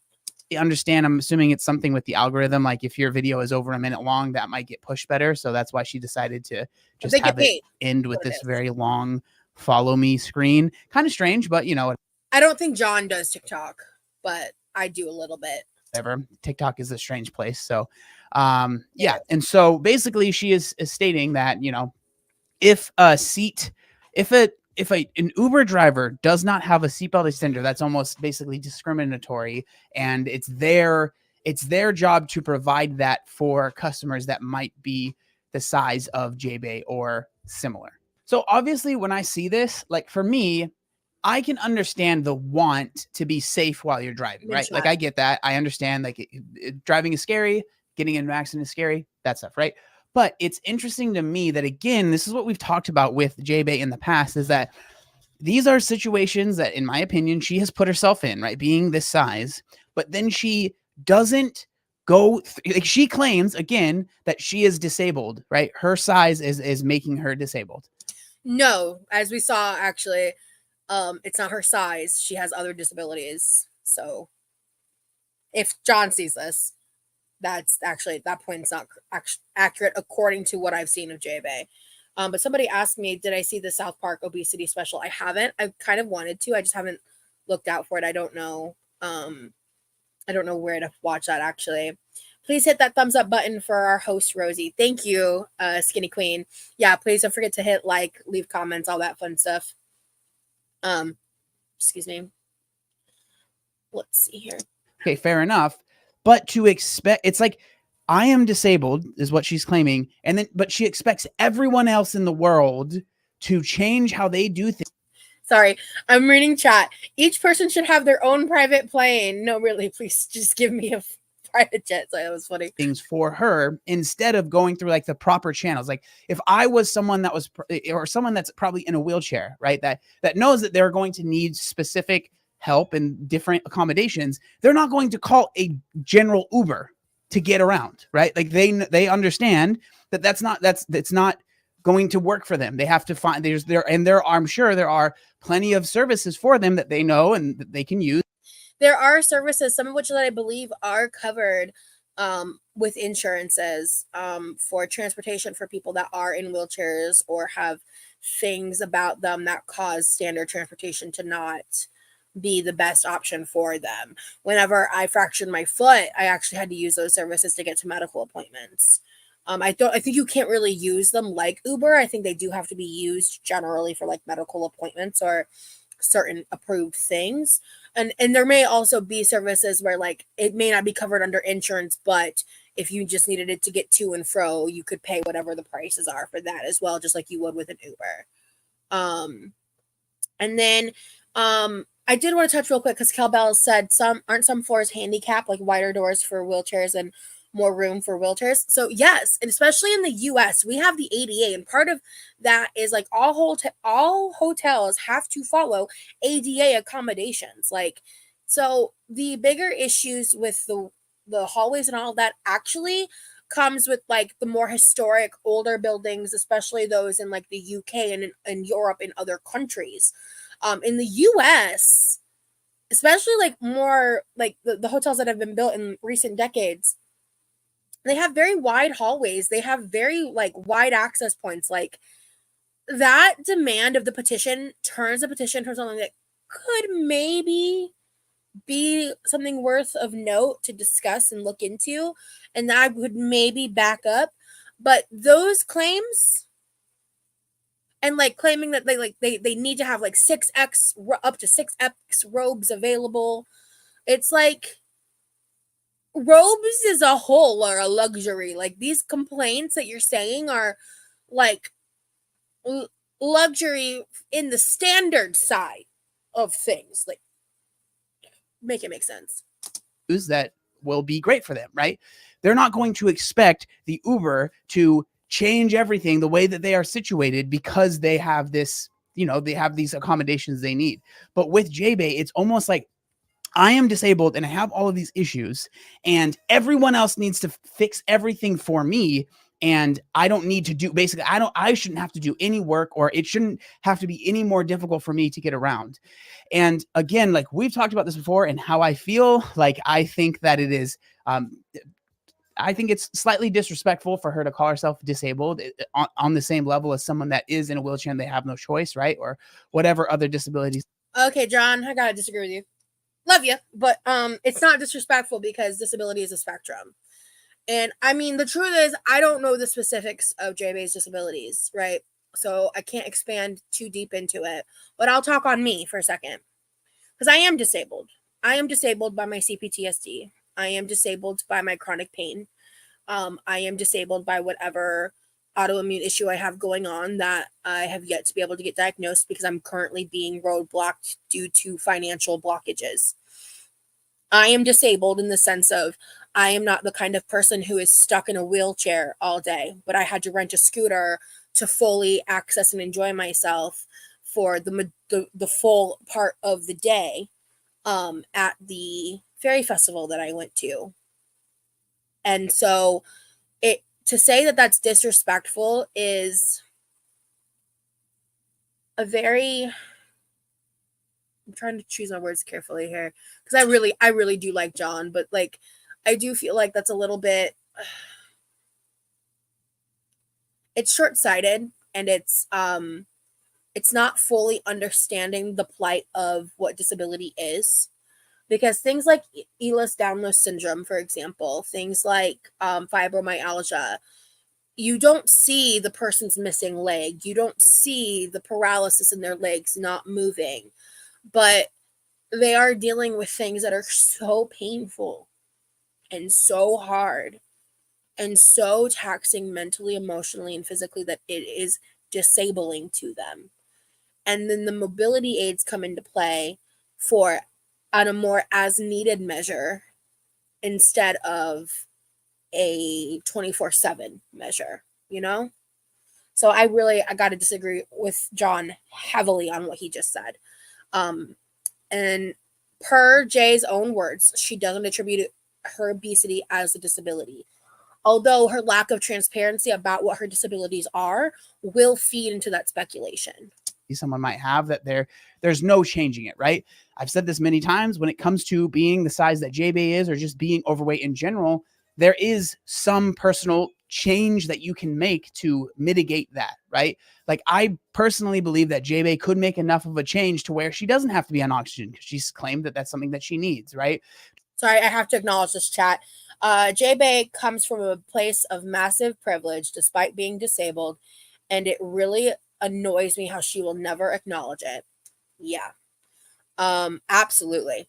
Being an influencer type in and of itself, even if you're not like making bank, is a privilege. I get brands that contact me and want to send me free clothes and free shoes. That's a privilege. That's a privilege the average Joe doesn't get. Like, even if I'm not getting paid sponsorships, I'm getting gifted PR. That's a privilege. I'm getting the privilege of opportunities that people who are not out and open on social media can get.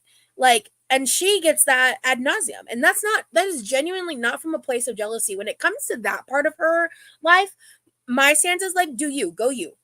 Great, fantastic. You get to travel, companies pay for you. Like, you get to really enjoy and live your life. That's great. But you're complaining about it the whole time. And that's not great. And you're not acknowledging the blessing that is your life, because so many people in your position are just struggling to get through the day, and you're complaining about luxury robes not fitting you. Come on. To where she wouldn't need a wheelchair whenever she goes out, because she could use her own feet to get around, right? Those are things that she is capable of doing. But again, because of how deep she's gotten into the fat acceptance, or whatever kind of community you want to call it, she genuinely believes that it is probably impossible for her to lose weight. And so because of that belief, it makes it so she can make these claims, and it makes sense in her head, along with a lot of other people that are in the same space, right? Because they genuinely believe there is nothing they can do to change. They are just as disabled as someone that is, born and they've been in a wheelchair their whole life or whatever, right? So again, he's kind of going off of a slightly false premise here, because there's a lot of speculation in the points that he's making that I, for one, have not seen Jay specifically talk about, right?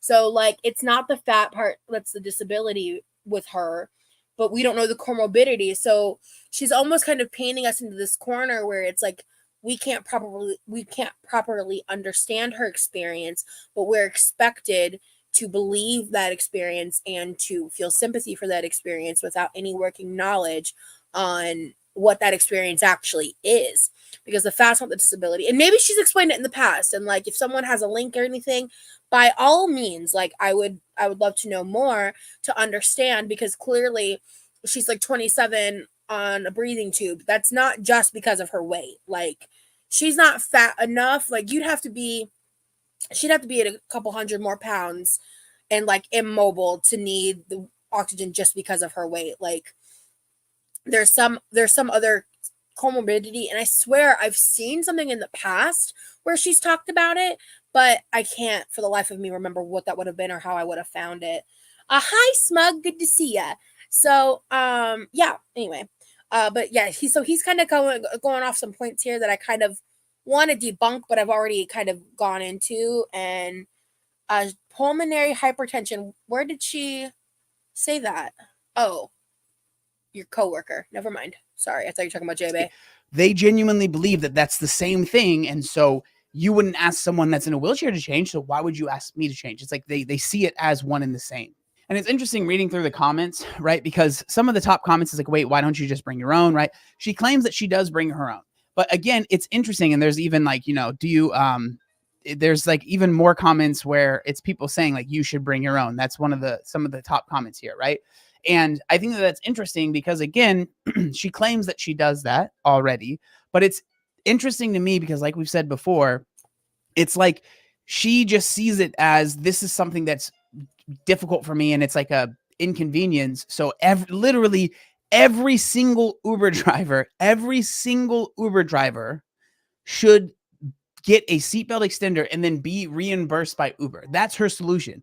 Like that just isn't realistic. Like that's just not going to happen, right? When the much easier option is for you, if you like have one, she claims she has one seatbelt extender that a lot of times doesn't work. Okay, maybe you need to get multiple. I don't know what to tell you. It's like, because again, her whole or like pick a certain style of Uber every time and pick you might not be able to pick the exact model, but like maybe certain seatbelts are more common in the SUV types or the X type, because I mean, you're a larger person, right? So you're probably going to want to go for like the XL Ubers instead of regular Ubers. You'd be more comfortable in them. I've had to Uber before as a fat person, and every time, I never really worried about the seatbelt extender. Personally, that's a personal choice. I understand why someone would want to make a different personal choice like she does. But like every Uber driver has always, only a few times I've had to ask, but most of them see me and then they just will immediately push the passenger seat all the way forward. Some of them do it for everybody, which if they do it for everybody, I feel like that's the best move. Like they push it all the way forward and lean it back for the maximum amount of leg room in the back seat. And so some of them will do it when they see me. Some of them have it already done. And I've had a few tell me that they do it for everybody because it just makes the most sense. And it is like truly best way to have the most leg room, right? And so it's just like, that's another way of compromising it, because it's like, it just requires some brain power to make the decision to be conscious in your own support needs. And yeah, it does kind of suck that you have to spend a $20 there and you have to do that. But I'm about to sound like a lot of the people I used to hate watching, but like, if you don't like it, then change it.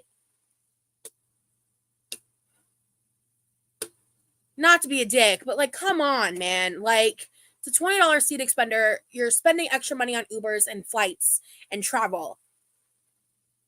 Buy the fucking extender. Ubering's a luxury, man. Ubering is expensive. All of this is like nitpicking the basics for you, JaeBae, to be the most comfortable you can possibly be. And that's my other biggest issue with her and the petition and all this bullshit is like, me. What do I need?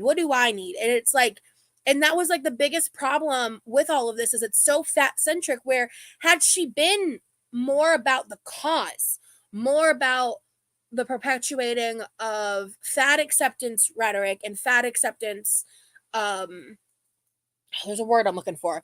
Like if you're trying to promote the ability to kind of produce that message and make the world more inclusive, all of that, then you would have really highlighted far more heavily on like the experiences of people outside of your body type, like the people who are too tall, too broad, who are too short, like other aspects outside of just what it's like in your body. Thing is plus size travel. You see it here, right? Plus size travel. That's her whole shtick. That's the whole thing that she posts about. If that is such a big thing for you, I think it makes sense for you to be well equipped and ready for these situations that are going to arise. And I know her answer would be, well, it's not fair. I shouldn't have to do that, right? But at the end of the day, like, yeah, you kind of do. Like, you have put yourself in a position where you need extraordinary services to get around. That's just a fact, right? I wouldn't even. Extraordinary services.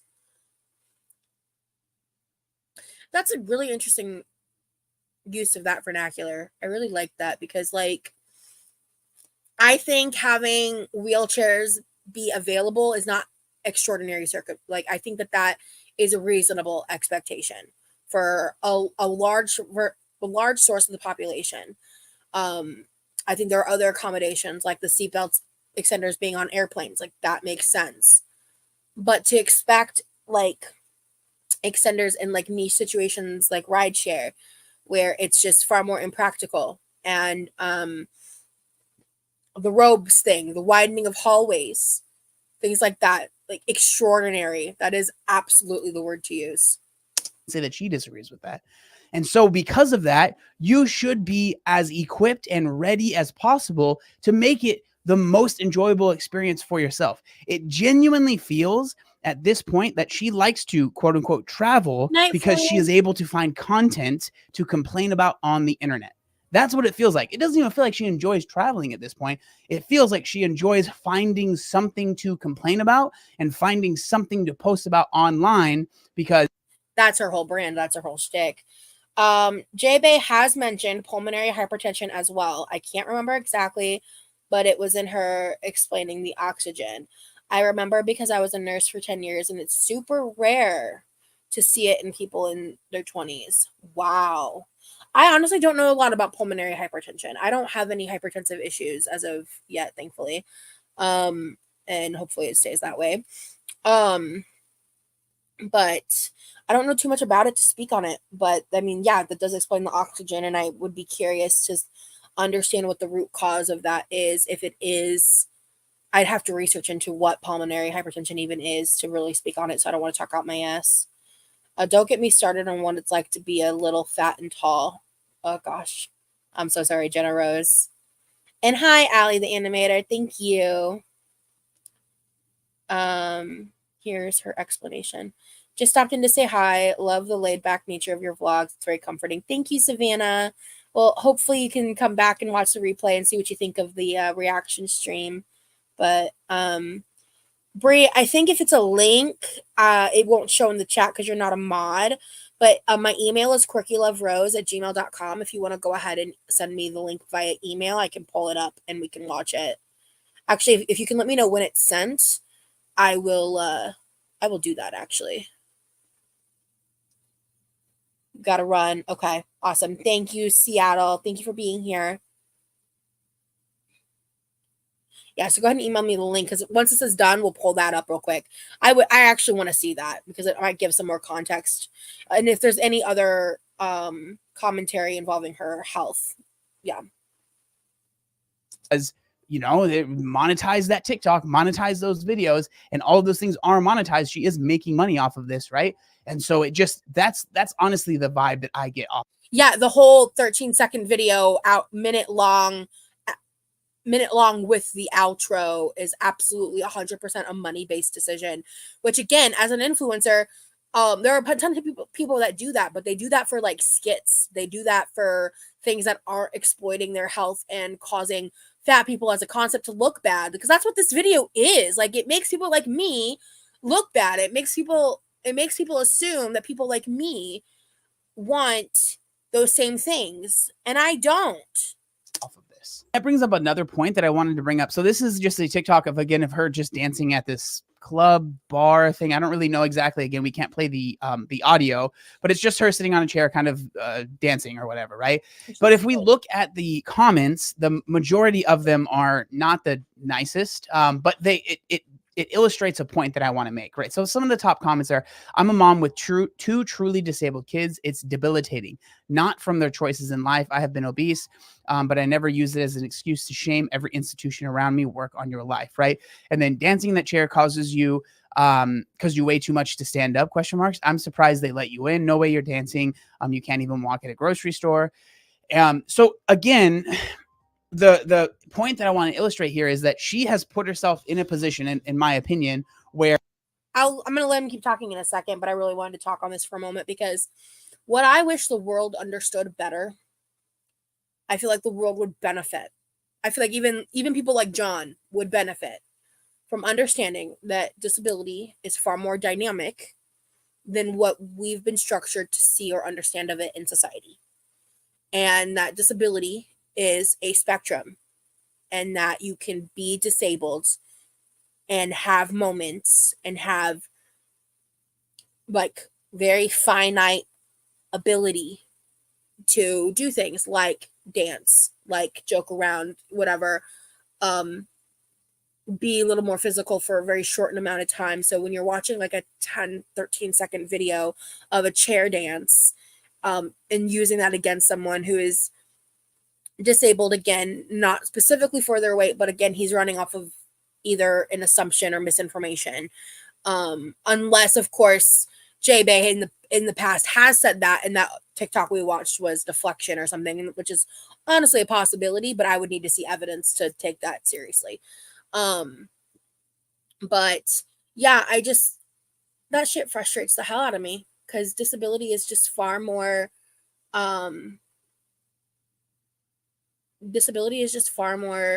complex than someone sitting in a wheelchair all day, every day, or needing a cane 24/7. Mobility aids are meant for people that need it, and you may not need those aids every time you stand up in every moment of every day. Sometimes you might be able to operate a little bit without it, but then you suddenly can no longer operate without it. So, okay, thank you, Bree. Andrea, yes, my first tier is $2.99 American for memberships, and I think it's $6.99 or $7.99 for tier 2. But yeah, thank you for asking. Let's see. Also, I don't know if I said goodbye to Seattle, but goodbye. Okay, I'll let him. I think he's about to say some things I'm gonna find interesting. Like, this is who she is online, and there is no really getting out of that. And I always think it's very interesting for people that are in these positions, right? People that put themselves in these positions of, you know, the fat acceptance kind of stuff. Like, once they say if JaeBae ever does get to a point where she does want to lose weight, like the fact that she is going to have that extra, she doesn't have to deal with that extra ridiculousness that is being the position that she's at right now, and then having to say, I want to lose weight, and dealing with basically the backlash that a lot of people, not everyone, but a lot of people are going to have, because they're like, what do you mean? Like, especially from the fat acceptance community, of people are going to be upset, which I think is kind of crazy. But then you have to deal with knowing that there's going to be so many people that are just going to be like, I told you so. I knew it was coming. See, this past week, if it wasn't this past week, it was last week. Someone commented on my Instagram, some gray face account, when I posted something in relation to my weight loss, or just a video of my body. And they were like, you look so fragile and frail with a really sad face. I'm a 450-pound woman. And I've only lost 100 pounds. And someone really said that to me. The username was a woman's name too, which, I mean, could be a perverted man, obviously, but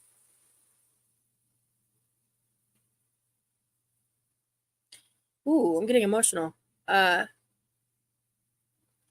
backlash that comes from wanting to reclaim your health because of fat acceptance is the reason why I will always believe that the community is far too toxic for it to be something that's deemed safe for fat people.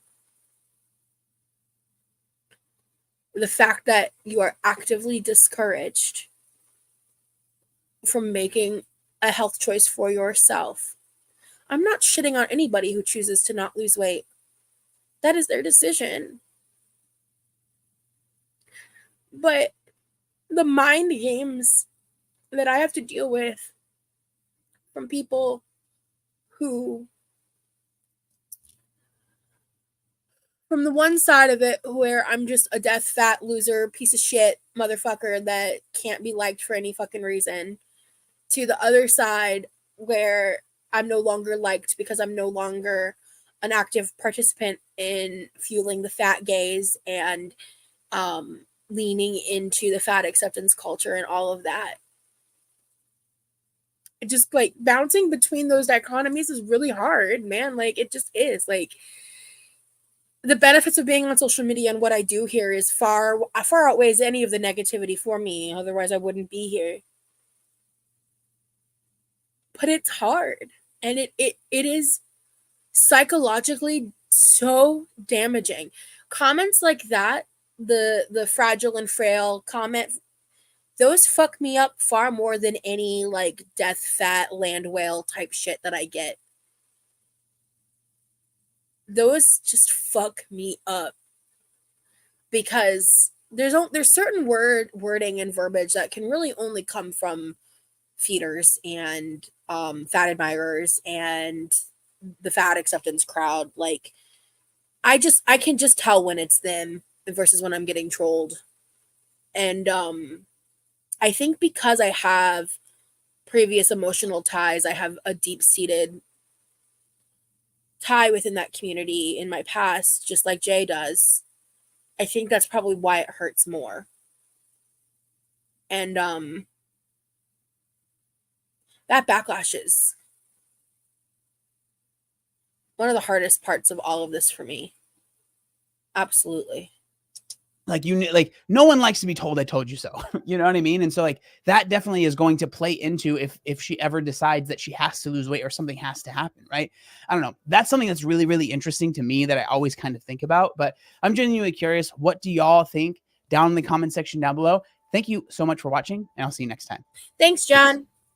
Yeah, I didn't agree with everything you said, but I really liked this video and I liked your points. Okay, real quick, let me pull up my Gmail.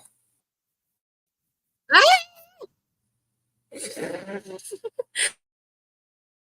don't know if y'all heard that, but my computer started yelling at me. Love you guys. Thank you. Okay, I just want to make sure I wasn't still screen sharing. Okay. Awesome. Okay, thank you. Thank you so much for the YouTube short link on this.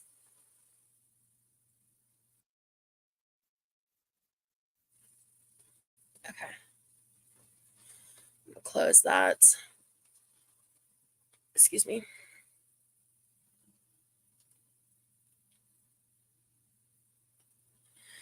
Whew, I was not planning to get emotional, but here we are. All right. We're gonna close out JaeBae with this short.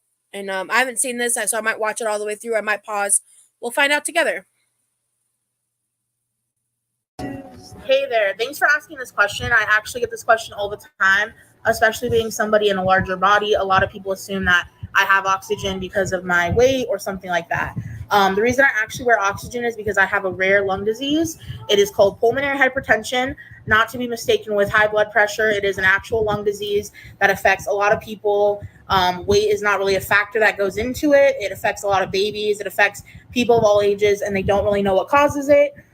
So I wear oxygen because my oxygen levels don't stay high unless I'm wearing it. And so, yeah, I have pulmonary hypertension, rare lung disease, which is why I wear oxygen. Okay. Hey there. Thanks for asking this question. I actually get this question all the time. Okay, so she's also got rare lung disease. Okay. I've not heard of that before. Let me Google something real quick based on what she just said. I'm a little curious. Pulmonary hypertension.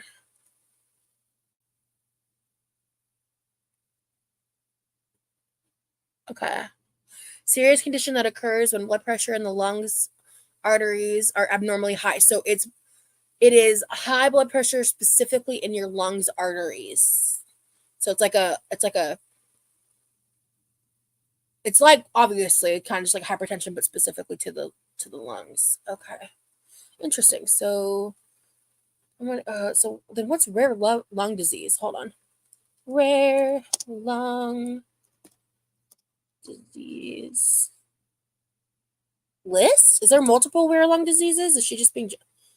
Oh, there are many rare lung diseases, so she's just not being specific. I mean, okay. I guess that's her prerogative, right? She doesn't owe the internet her diagnoses. There's 4 listed here. Irreversible scarring on the lungs. There's another one where there's like abnormal growth in the cells. Huh. Okay. I don't have enough of a medical background to understand what I'm reading, so we're gonna move past that. And then yeah, so that's interesting because there was one more thing I wanted to Google. Let's see. Pulmonary hypertension weight.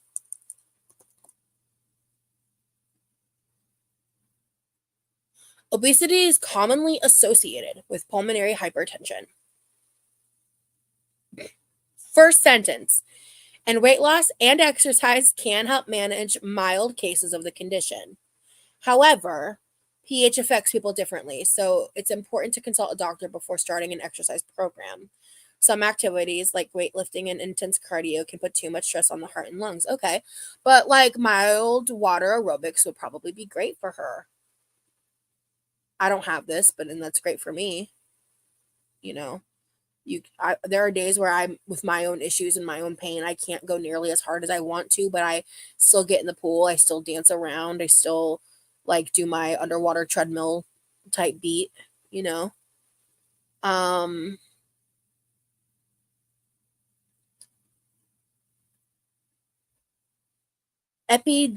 I'm going to just share this tab, actually. Hang on, guys. I'm going to show you guys what I'm looking at.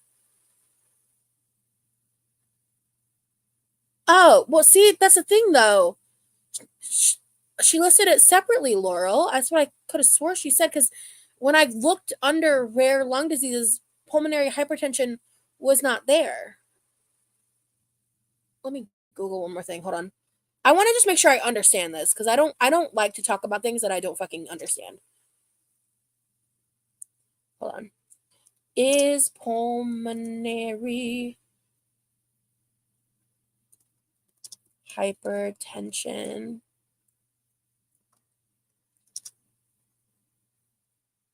a rare disease? Okay, so I'm wrong. Yeah, it is considered a rare disease. Thank you for clarifying that for me, chat. I did just want to fact check that too. So, okay, so she has a rare lung disease that's considered the pulmonary hypertension. Got it. But according to my very, very brief research, there's a common association with weight, which she directly contradicted, and maybe she doesn't have a mild case and it is more severe, but just simple like dietary changes would help reduce the inflammation in her body, which would reduce, I would think, the tension within her lungs. So I don't know. I feel like that's really the fat acceptance rhetoric going in deep there. Because it says, I can't fucking say this word, the epidemiological evidence supports a link between obesity and pulmonary, it says PAH. Yeah. Which is something related to pulmonary hypertension. I don't know, guys. I'm not a doctor. I say that enough in my videos because it's true. All right. So we're going to switch topics now.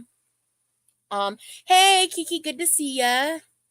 Maybe, and it is absolutely rare in her age range. That is correct. But according to Google, it is considered a rare lung disease. So, I just wanted to understand that for myself. Because it's important to fact check things. Don't just believe everything you read on the internet. So now we're going to move on. So I did watch this a little bit, but honestly, guys, I watched this with like other things in the background and I wasn't really like paying that much attention to it first time. So I'm going to try to really focus. I feel like this one might be where I don't know. I don't think I'm going to cry, but like this is going to be a heavy subject. So this is Michelle McDaniel's video. I don't think it's the most recent one, but it's too fat for her own funeral. This is why fat acceptance needs to stop. So there was recently a woman who passed that we're going to be discussing here. So you know, my chat's been really respectful tonight, even of Jay. So I appreciate that. I don't think I saw anything too crazy in my chat, which I love that because I feel like that's a reflection of the kind of people that I bring to my channel. So I appreciate you guys. But this woman has passed. So I definitely want to talk about these topics, but I want to be sensitive to the fact that like someone lost their family. And then because of her weight and their inability to get her set up with things, like they endured trauma even further after her passing. So that's kind of what this video is going to get into. So this is Michelle McDaniels. In case you don't know her for some reason, she makes a lot of commentary content. A good portion of it is related to fat acceptance, but she also does other pop culture topics, basically things that she's interested in. And we are also mutuals on Instagram. I've talked with her. She's a really great person in terms of my interactions with her. So yeah, I'm just kind of using this video more to talk about what she's talking about. And I may state whether I do or don't agree with her. I will say there are times when I watch her videos and I absolutely don't agree with some of her takes or the things that she says, but I am the kind of person where I don't have to 100% agree with someone to watch their content and enjoy them as a person. I feel like that kind of rhetoric and mind frame is where I once was when I was in fat acceptance, when I was a Mormon, you know, and I'm trying to break out of those cycles. And so I do like, you know, I do have lines, obviously, but when it just comes to like general difference of opinion, I like engaging in content where I may not necessarily fully agree. So I am excited to get into this. So let's go. States and many places around the world, there is an obesity.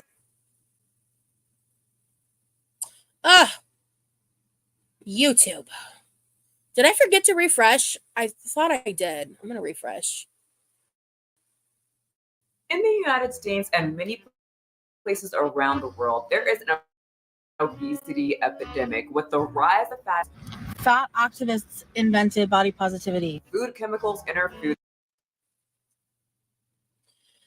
10 seconds in and I'm pausing. Jordan. No, the fuck they didn't. You want to know who invented body positivity? People with like missing limbs and disfigurement. And we fucking co-opted that shit.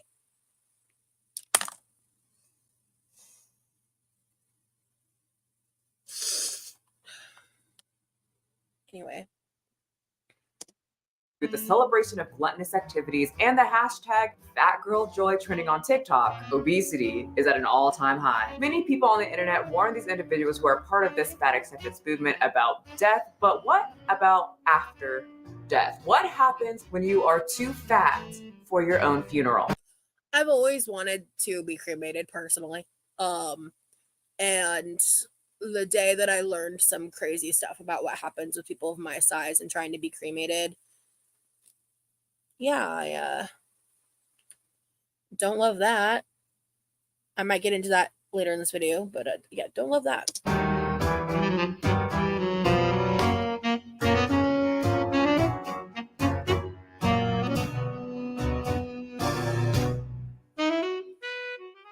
That's nice. Hello and welcome back to the channel where I find interesting things online so that you aren't sitting on your butt cheek TikTok. So if you don't want your brain to turn into that toxic goo from Roger Rabbit, you should maybe hit the subscribe button right here. If you aren't, you should subscribe to her. Thank you. No, seriously, thank you. You guys got me over 900,000 subscribers and it was way too quick.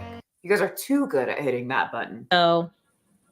Suspicious. So we talk a lot about the fat acceptance community and how many people in the community like to promote, happy fats and fat girl joy. Have you shown yourself some love today? And obesity, psh, but we fat girls can't do anything you thins can do. Or thin mints, whatever they...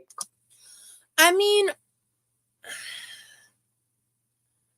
I still don't entirely unsubscribe from the whole concept of fat joy, but at the same time, I don't know if I'm fully subscribed either, because it's there is such a heavy association with that to the fat acceptance community and to the rhetoric within fat acceptance that it's just I'm just going to be joyful and fat. And that's just going to be the vibe, Call people smaller than them. And if you say otherwise, well, you're oppressing us. Well, we've seen here time and time again, they have proven themselves wrong many a times as they complain about not being able to fit in clothes, breaking chairs, or toilets. JaeBae, who complains about not being able to fit through hotel hallways. But I guess that's just oppression. Anyway, today's unfortunate story is about a woman whose obesity would affect her even after death. Let's get into the 850-pound woman named Cassandra Ortiz, who was too large for her own funeral. Beautiful soul, contagious laughter. Carolyn Alvario's daughter, Cassandra Ortiz, passed away a week ago, but remembering the light she brought to this home got clouded by what happened there after she died. I don't wish what we're going through. I don't wish that on anybody. The Milwaukee County Medical Examiner says Ortiz weighed 850 pounds. Alvario says because of her weight, no one had the capacity to handle the case. There's not a funeral home that would take her. So a lot of people are talking about this on TikTok, and people who talk about it on TikTok have gone viral with titles like "Too Fat for Her Own Funeral," and it got me hooked. I don't usually like to talk about death, but we do talk about fat acceptance a lot, and we talk about the problems within it. So here we are. And the reality is, the deaths were kind of what started me fully waking up. I'll never forget the moment, and I may react to some of this stuff and talk about it as a rewatch. But the video that SamAES did about Brittany from TikTok, just sick and tired of waiting, and waiting was spelt wait. She was a plus size gamer. She had cat ears, and I had known about her passing, and I was very upset about it at the time. I watched her here and there. I really enjoyed her. She was very young, and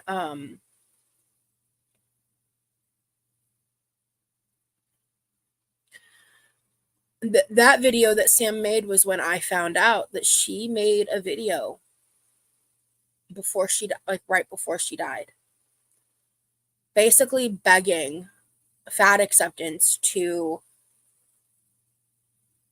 like reconsider, wake up, change. I'm paraphrasing here from my memory. And it fucking broke me. This was sometime almost a year ago when it was around the time I collaborated with John, around that time of like waking up and kind of understanding what was going on.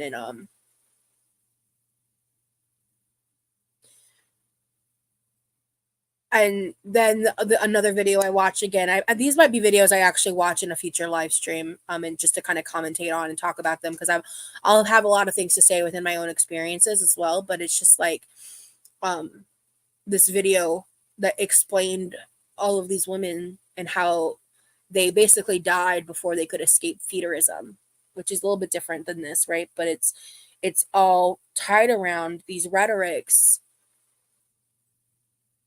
keeping people in certain places to the point of death far too young, and just normalizing the thoughts of like, oh, you know, like I'm here, I'm like the whole premise of like, I'm not here for a long time, I'm here for a good time, you know, that's shit that like addicts say. And I used to say that all the time, not even fully realizing and being cognizant to the fact that I was saying those things like in the position of a food addict, of someone who's like, well, I'm not here for a long time, I'm here for a good time. If I die young, it's fine, whatever. I'm going to eat what I want to eat, you know? And that is toxic. That is dangerous. And it's like what fat acceptance ends up embodying are those behaviors and normalizing them and creating communities that not only thrive in that, but make money off of it. And it just becomes this like insidious, never-ending cycle. But if you go to these pages and look at all of the comments, the way that the mom is expressing herself is what has a lot of people like up in arms and pretty angry. So the mom seems to be focusing on, no one could get my baby out of my house. To walk in that room and just keep seeing her there. And it's like, oh my God, when are they going to get my baby out of here? They need to get her out of here. On the main page this comes from, the comments are even turned off because most people were saying she's acting like this is a personal attack on her and her family and her child that passed away, but not realizing how large her child was. And she keeps saying that she was this beautiful, you know, bright light, and it's a shame she passed away. But she's not also mentioning that Cassandra lived with her and she was most likely her main caretaker. And we've seen my 600-pound life many enabler times. Usually the main caretaker is the one who is the enabler. And so many people in the comment section are saying her mom and whoever else took care of Cassandra are greatly responsible for her death. And what do you think? Greatly responsible for her death's a strong statement. Because at the end of the day, Cassandra is the person that made the choices and gave up, you know, and got to an extreme there, right? Because at the end of the day, if the mother's not the one enabling, someone else will. And you know who I'm talking about.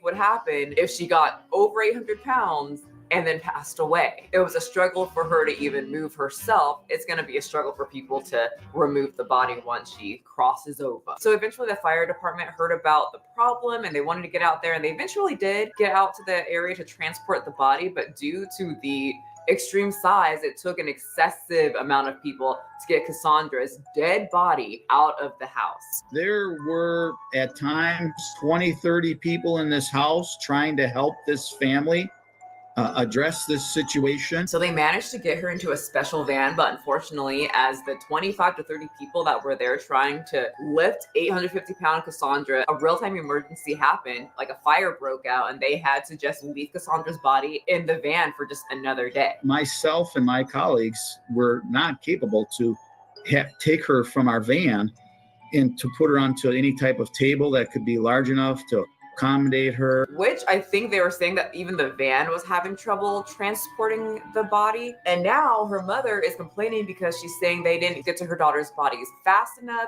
and now we can't even have a proper funeral. With her having sat so long in the bed and having sat so long in the van, Even if we wanted to, we couldn't do a funeral. And I mean, I do feel for her, but also, really, what did you expect? She's allegedly. Man, okay. So I have a lot of thoughts. I just kind of want to let that play for a second. Because it's like, I think back to like when I've been in an ambulance before, like when I fractured my foot, when I've been transported before, you know, at 550 pounds. And one of the instances where I have a long history of medical malpractice, and I don't plan to trauma dump any of that, don't worry. But I'm this one specific incident of like me being in the back and they didn't strap me down, and like having to literally, it's part of the reasons why it's like part of there was a few things that happened in a short amount of time, but I had to brace myself with both of my hands on either side of the ambulance to keep myself from falling off of the gurney because I was not properly strapped, and neither was the gurney. The guy that was there, I was at some point I was unsure about how sound of mind he was on the job, if you catch my drift. But yeah, I mean, I think about that, and I think about like how uncomfortable I was, and like all of that, and I was like literally 300 pounds lighter than her, and that it takes multiple men to assist someone like me. Not nearly that level of extremity, but it takes definitely more than two, you know. And so that's the reality of it. That's the reality of being in a bigger body, and like in the form of extremity. Like I would say in the form of extremity at my fattest, I was on the lower tier of that, right? Like I wasn't even technically fat enough to be on my 600-pound life, but I was fat enough for it to be a constant problem and burden in fitting around in the world around me. And what fat acceptance teaches you is to put far more emphasis on the external reasons why that it's a problem instead of the internal reasons. Like I said, the main caretaker, and we've seen this on 600-Pound Life time and time again. The person is immobile, they can't move. I can't get up out of this bed. And so the family member just throws them whatever food they want so that they can shut up and they don't have to deal with that. I'm thankful for the support from my boyfriend. He's the kind of guy that prefers bigger women. I don't want to see her pass away. I do feel guilty about bringing the food, but at the same time, it's so hard to stop. I personally agree.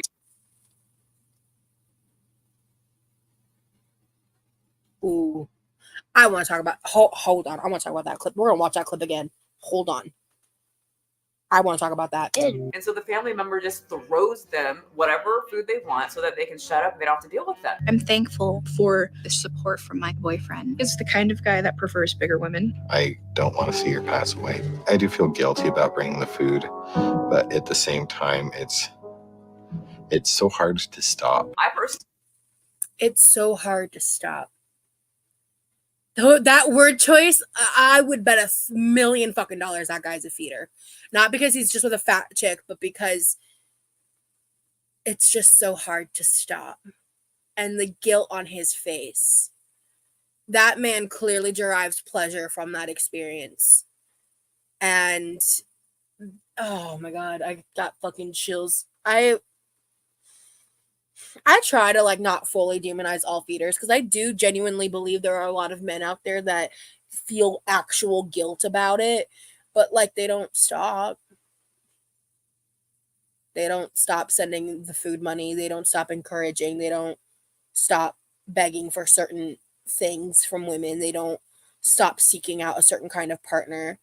They don't stop because it's hard to stop their proclivity. I wasn't expecting that in this video. Agree with the people that are saying that the mom played a part in getting her daughter to the 800-pound size. So I'm sure she's upset, but to sit there and be upset that now they can't even have a funeral and kind of lightly blame the people who took so long to get to her daughter's massive body is just interesting. So I understand why the comments are pretty upset and kind of lacking that sympathy for the mother. And which, by the way, you can. That's even more proof to me that he's a feeder. Feeding her is an obsession. It's an addiction. Exactly. It's hard to stop. It's addiction language. Exactly. No justice, no peace. Exactly. I was, and that's kind of like, if you want to start this reaction from the beginning, whenever we're done, and kind of get the full context of stuff and everything, you are welcome to. That's kind of the point of my reaction. Is I'm an ex fat acceptance influencer. I'm an ex fetus model. I left the world about a year ago. And in that time I've lost about 80 pounds, but I've lost 100 pounds total. So, yeah. Still have a funeral. You just can't have a body viewing. Which, if I was in her shoes, I don't know if I'd want to keep seeing the body. She seems like she saw it enough, just laying there lifelessly in the house that she was there. Like, while she was there for like 12 hours before people could come and take her out. And even then, after the 12-hour mark, they still struggled to move the body. It took a lot of time. It's not just like when my grandma passed away, they kind of just threw her body on a thing and willed her out. It was not the normal average experience, because we're not talking about a normal and or average body. And the situation, yes, very, very sad, but it is a constant reminder of how stupid, absolutely dumb fat acceptance is. How stupid these individuals sound when they say obesity is fine. And there's no studies showing that obesity impacts your health negatively. Smile. Everything is rainbows and sunshine and butterflies as they flap around their stomach in our faces. Have you shown yourself some love today? Just showing off their visceral fat. Looking at you, fat dog. I can't stand Lizzo as a person because of like all that shit with the backup dancer stuff. Every time I see her face, I get pissed off. I used to like vibe to Lizzo, you know? But there's been other red flags with her, other smaller stuff. Like, I also feel like she did like the vanity sizing with her Yitty brand while like,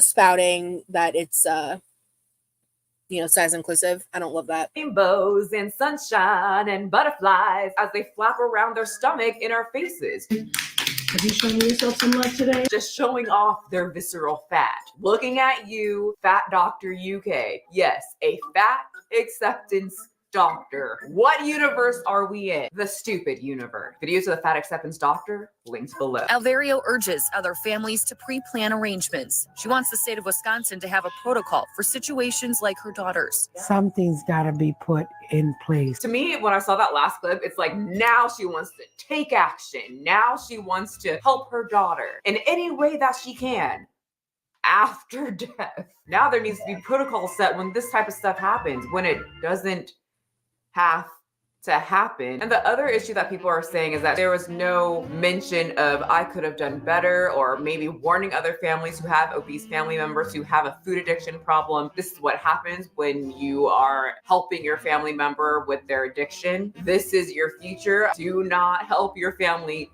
get to 850 pounds. There was none of that. It was just, they weren't here quick enough to get my baby out of this house and move her 850 pound body. How are they struggling with this? How is there no protocol? It pretty much just felt like a blame game, and then now taking responsibility for what led your daughter to get to that point. So this got me very interested in the process after a morbidly obese individual passed. Yeah, I pretty much agree with everything she just said, really. Because it's at this point, like, if you're in a situation where once I hit about 500 pounds and I was like kind of going up and down, most of my life I spent my like standard weight, my set weight was like 532. The highest I ever hit was 550, and I would purposefully try to eat in ways to like not continue to gain weight, but, still actively engaging in my food addiction. And also, taking steps further when I was involved in feederism and everything. When it gets into like that level of extremity and, to the point that you are relying on other people to take care of you, the only thing I've ever come to that was even a little close to that was when I fractured my foot. And that was more so because I had a fractured foot than like my weight, but my weight made the experience hell on earth.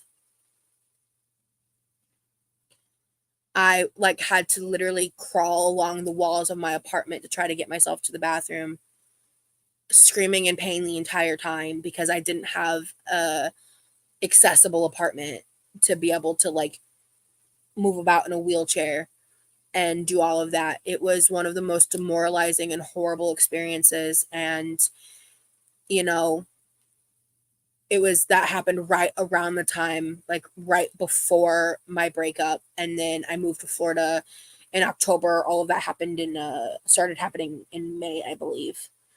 And so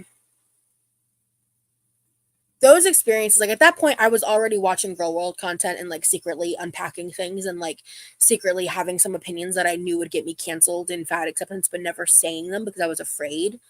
And I was still in the feederism world and I was still making content and here and there. And then I moved here and I kind of distanced myself a little bit from that at some points. And then at some point I met some people and I went right back into it. And I made the choice to go back into it, right?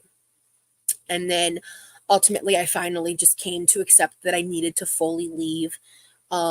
I was inspired to do that by like external drama initially, but these were things that had all been brewing and I had repeated some old toxic patterns that I had to break the hard way. And I received additional help. I worked on my mental health really hard throughout 2023 and finally kind of got myself into the place of taking my physical health a little more seriously and working on my lifestyle changes, making really small changes over extended periods of time. And that's kind of how I've ended up here. With people like us, it is not as simple as exercising and losing weight. And that simple reduction of what this experience is far more harmful than helpful in every scenario. But it is absolutely needed. It absolutely needs to be treated like a recovery program, it more so than a weight loss program.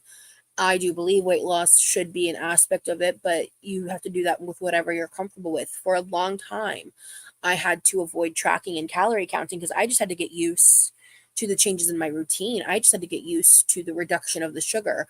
I just had to get used to improving my food choices. And then eventually that stopped having a positive effect on like my weight loss and other aspects of my health. And then I just kept slowly adding things here and there. And I will be continuing to make those tweaks as I go along and adjusting as necessary. Because I'm not gaining my weight again. I'm not going to be 500 pounds again. I'm not letting that happen. That is not an option on the table. I am not giving up on my venture here because this shit is terrifying. I used to actively avoid my 600-pound life and things like this. The deaths of fat people in general, because trying to confront the reality of that was too much of a threat to was too much of a wow, words are hard. It was too much of a threat to the cognitive dissonance that I had in relation to my own body. And that is the experience I feel for the majority of people within fat acceptance. Away. What happens to the body when it's too fat? Well, if you are of size and your body is able to actually be viewed because you didn't pass away in your own filth while your family sobs, and I'm not trying to be disrespectful, this is extremely sad, but it is the reality. And from someone who sees morbidly obese family members, I've had some family members get their foot cut off. It is not a fun time. It is not peachy keen. It is not all rainbows and butterflies like they make it seem on something they call fat talk on TikTok. It's really sad for the family. And in my case, many people think that this is just normal. This is what happens when you get older. And I don't think a lot of the fat acceptance people take that into consideration when they're doing their fat I love you so much activities. Like, it's not. That clip of Lizzo is making me really uncomfortable, and I think it's probably a niche thing. Not because she's showing her body, but because what she's doing in that clip is quite literally what's called belly play in the feederism community. I don't think that was her intention at all, but that is exactly what it is, and it keeps showing up on the screen, and it's like low-key triggering the shit out of me.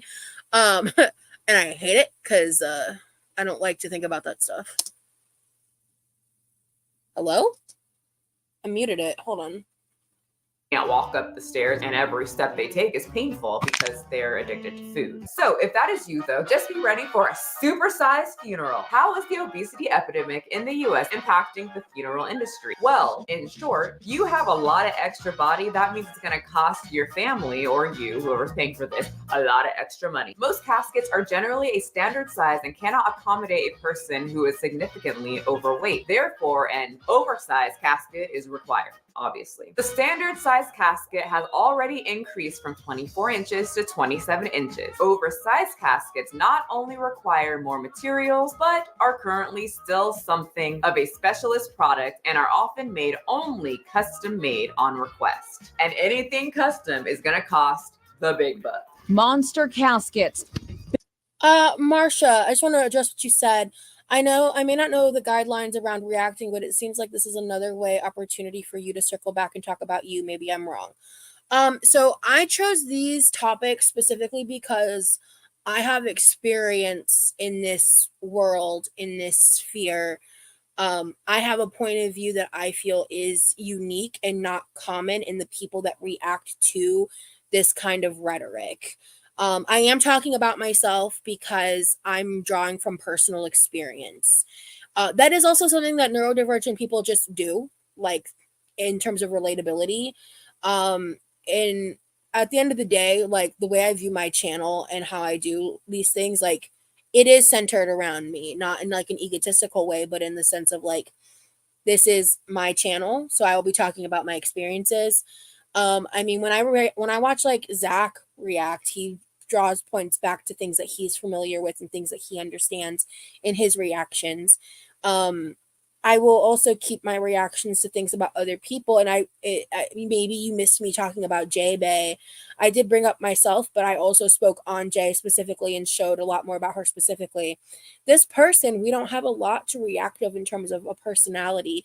This video, I am definitely more focused on like my experiences and the way in which I'm inputting that from my perspective, because this is something that I once deeply feared. This is something I once feared to have as like an experience within myself. So, yeah, I mean, in my reactions, I'm certain if I continue to do them, if you guys are enjoying this and I make more, I will be speaking for myself and behalf of myself and my own experiences, because that is what I'm the biggest expert of, is me, you know? And then of course, my lived experience within fat acceptance, within my food addiction, within my binge eating disorder, within my experiences in feederism, you know? So.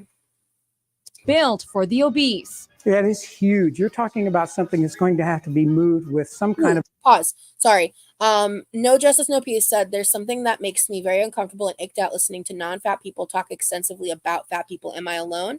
I've never been fat, so I don't speak on it. I can understand what you're saying. I feel like I definitely prefer, like Shaun of Steel, for example, is an amazing creator that has been fat. Yeah, Michelle hasn't been fat. That's true. So I can understand that perspective. Absolutely. I like Michelle's delivery. I think she's funny. And, I would say like, because that's another reason I like John, is he's been very overweight. So like, that's like one of the reasons why sometimes I see that come out in the way Michelle talks about things, that she truly doesn't have a level of empathy or understanding that she would have if she ever had experienced it. Like, she's experienced people within her life having those issues, but she herself has not. And I mean, she has been transparent about that in past videos I've seen of hers. But I think that's a great point, honestly, Justice. Of machinery. This kind of reminds me of the really like popular topic in the fat acceptance community, or like just in fat communities in general, is the biggest thing that they complain about is not having enough clothes to fit their body. Like, they don't have a lot of options. Well, that travels on into death. Now you don't have a lot of options to put that big old beautiful body into a casket, if you care. I personally don't really care what happens to my body after I die. I'm not here anymore. Anyway, casket companies such as Goliath Casket have emerged to cater to this market and build caskets up to 52 inches wide that can hold a person between 800 and 1,000 pounds.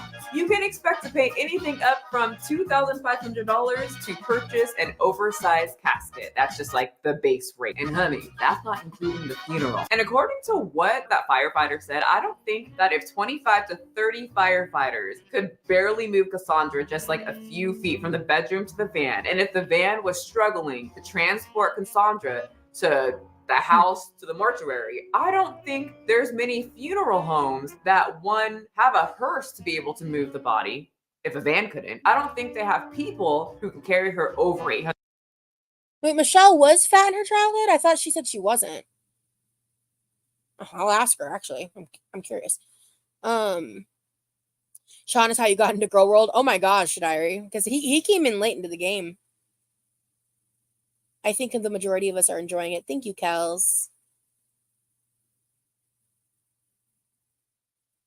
100-pound body as well, which means it would have cost quite a bit of money to transport her down the aisle of the funeral. Then once again, it's going to cost a lot of money to transport her from that, the viewing area to the plot of land or the final resting place, which I'm guessing they were going to put her in the ground because I don't think she can fit into one of those drawers unless they just got a lot of money to fit into a large size drawer thing. So speaking of the plot area, the final resting place area, that is a discussion to be had as well because it's going to cost extra money or your family. But you're dead. You don't care about that. You did fat girl joy all your life. It's fine. Some cemeteries are adapting by offering larger single plots that are 4 feet wide by 10 feet long. But these are not always available and some aren't even big enough. Some cemeteries will require 2 I just want to be turned into ashes. For real. I don't want to waste the fucking real estate in the headstone, honestly.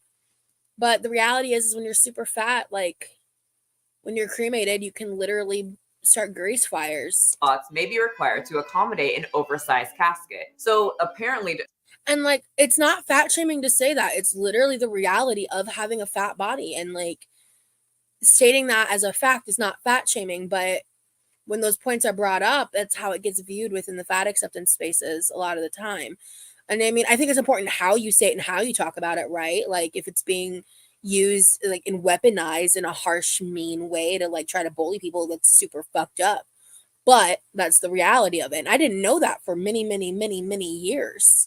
In this article, what's happening is people will pre-plan their death and they'll purchase a certain amount of space and then come to find out they've gotten even bigger since that time and they can't fit into the plot anymore, which causes a lot of complication for the family and often results in the family having to purchase a whole new plot and try and resell the existing plot. So I was reading about this for a long time and there is so many issues that your family will have to deal with if funerals are something that you need to do. It kind of reminds me a little bit of the woman Jamie Lopez who opened the nail salon because she kept breaking chairs for being too big at an average size nail salon, and the owners of the nail salons kept. Side note, Jamie was an amazing human being, like as a person. I didn't know her super well, but as a person, she's so lovely. Showing her the door because the equipment couldn't withstand her weight.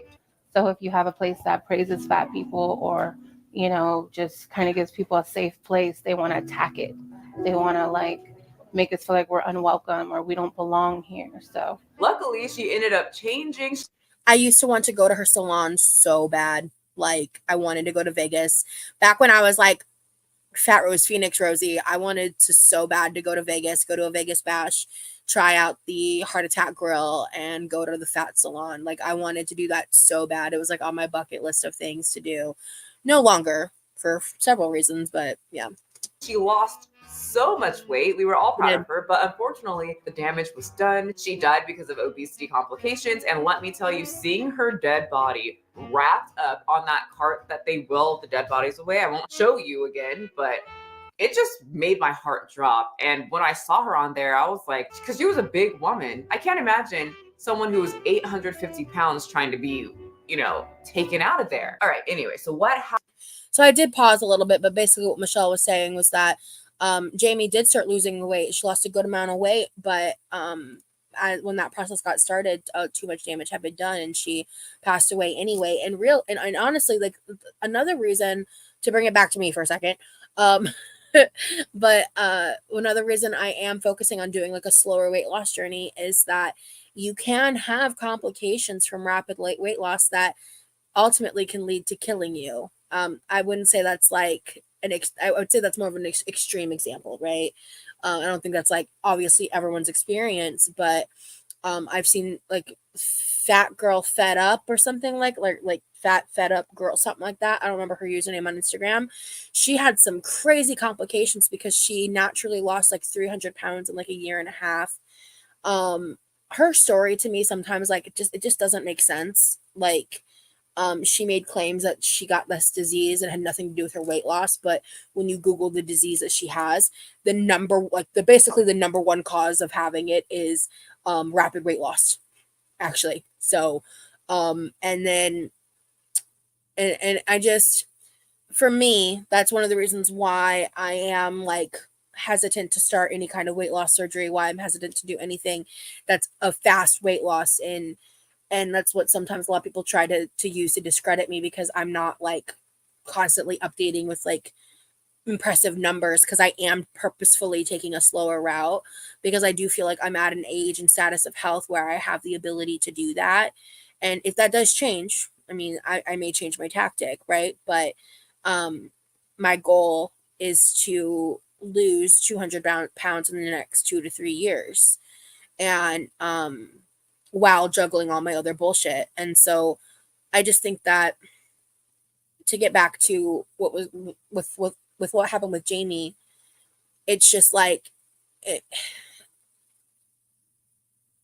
when you get to this point, like where I'm at, where she was at, like, not losing the weight can kill you, and losing the weight can kill you if it's not done correctly. And you kind of have to pick your poison and go with what is going to most likely be your best long-term goal and solution, which is sustainable weight loss. Like, that is the answer. It's the unsexy answer. It's the hardest answer. It's the one that takes in the most work. But sustainable weight loss is the answer, at least to me. Happens if you can't afford the large amounts of money for that custom casket. Cremation. Yes, you can get cremated, but apparently that's a struggle, and the bigger you are, the more money you're gonna have to spend. You can be cremated at any size, but once you get over like 300 pounds, it gets a little bit more complicated. Real quick, I do want to correct myself. So Michelle was once bigger, and I believe I did see her mentioning binge eating disorder. I think she just, so yeah. So I guess to me, and this is like where my skewed perspective comes into play, 180 pounds is really not like super big to me, you know, but that's a very skewed perspective of my lived experience. Like, this is so insensitive for literally no reason. Grease fire is so weird. Yeah, it's just science, though. You're right. Exactly. Complicated and more dangerous to cremate you, so they will charge you extra if you're over 300 pounds. You might have to go to a different crematory or a retort for bigger bodies. We had one that was 700 pounds plus 2 months ago. We had to send it 2 hours away. Apparently some crematories have been lit up in flames because of the excess amount of fat on these obese bodies, and they call it a grease fire. An overly obese body set a crematorium on fire again. Firefighters say it's one of the oddest calls they've ever been to in a Dauphin County crematorium, which caught fire this morning because of what they call an oversized body in the oven. Apparently it took 2 hours to be controlled by firefighters, and there wasn't any serious damage though, since these type of places are built to withstand certain issues with fire. So that's good. That's fine, right? I guess you can still enjoy your fat girl joy. But apparently this is not uncommon. When a morbidly obese person is cremated, there's a danger of what can only be called a grease fire. This was from Caleb Wild in his blog post titled Confessions of a Funeral Director. In the past, especially in America, of course. Such fires have prompted crematoriums to purchase larger retorts or ovens and to use different methods of cremating morbidly obese persons. In October 2014, a 500-pound body stoked a large fire at a crematorium in Virginia. Directors of that. Okay. So honestly, I feel like I'm going to just cut the video here because I feel like I've said what I needed to say. And she did kind of touch on the grease fire point that I mentioned earlier. So let me see here. So I really got to take a quick bathroom break. I wanted to ask you guys who are still in the chat. There's a video that I haven't seen yet. So like I saw these other videos and I wanted to ask you guys if you wanted me to throw on a third video before I end the stream tonight. There's a video by SamAES that's a complete blind react. If you guys want to do that, it's called, and it's on the same topic of what we've been talking about today, the dark realities of obesity, losing too many too young. I really would love to watch. I made myself not watch this video. This is one of those videos I would have clicked pretty quickly to watch. So Kels Bell says, yes, please. Okay, so I have got to pee so bad. I'm like dancing. I'm dancing here. So let me mute myself. Let me know if you guys want to stick around. It would be one more video and then we'll end the stream for the night.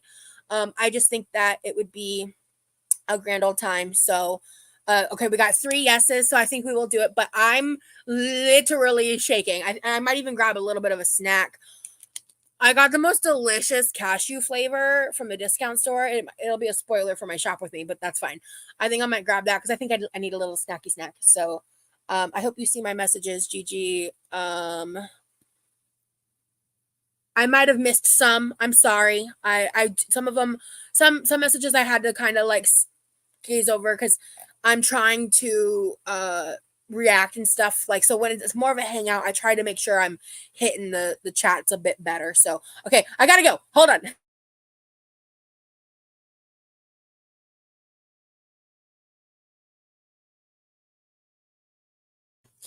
Chicklet, your timing. Thank you for being a member. I really appreciate it. I gotta go to the bathroom.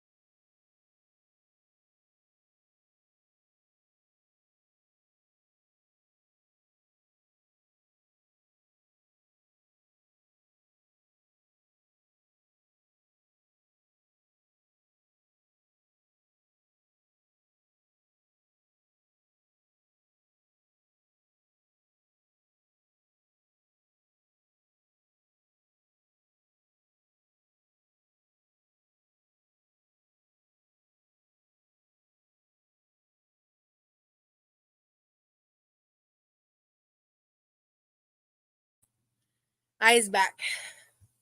I did say something about cashews. Okay, hold on. Again, Chicklets, thank you so much. I really appreciate you becoming a member.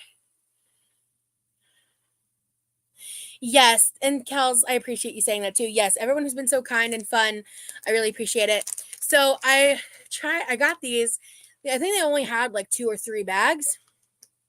If I ever see these again, I'm going to buy every single one that they have at the store, and I will not feel bad about it. Because normally I try to leave at least a couple of things that I buy. Like if I'm buying things, I try to leave a couple. These are so fucking incredible. They are Planters Deluxe Sweet Cayenne Barbecue Cashew Nuts.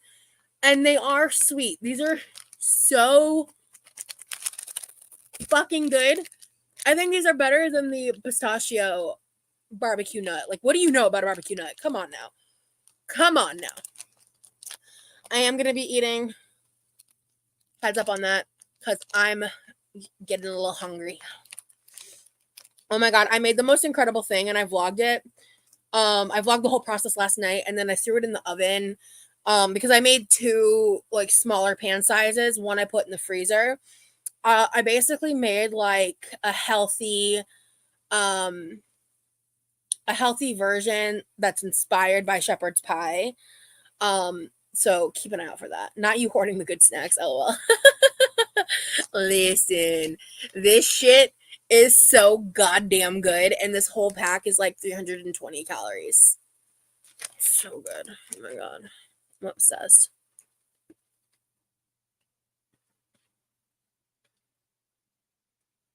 And they're really not that spicy. I'm going to try to keep the mouth noises to a minimum. So let me see. All right. So we're going to react to Sam at Every Size. The dark realities of obesity. Losing too many too young. All right, Sam. You going to get me my feels or what, girl? Let's go. Am I going to cry? Maybe. Solid 45% chance.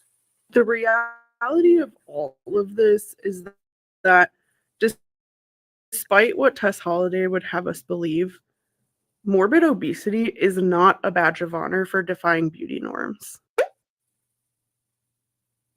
Hey everyone, welcome back to the channel. My name is Sam, and I am so happy to have you all here again with me this week.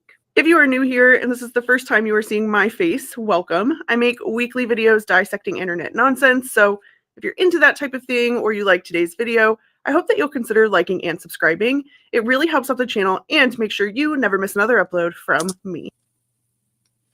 If you don't already, check out her content and give her a subscribe, a like, a follow, maybe play this video for a little bit, give it a view. She really deserves it. She's a great content creator. And if you like the style of content, you should definitely check out more of her videos. It has been a really long time since I've had to do this, but I'm going to go ahead and just pause for a quick second to give a content warning here. If you are not in a good headspace to talk about serious or sudden illness, or people being unalive, or even planning for the afterlife, go ahead and just click out of today's video for me. I don't want you to watch this and put yourself in a bad headspace. There are plenty of other videos on the channel that you could rewatch, and it would still help me just the same.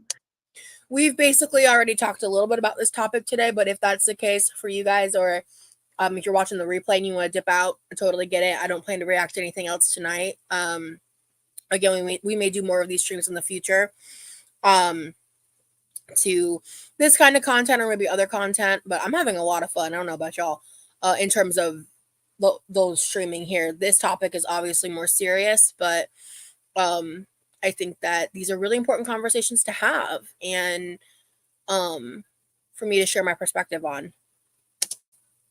If you are not in that headspace, go ahead and click out, because today's video is going to be a little bit more serious than normal.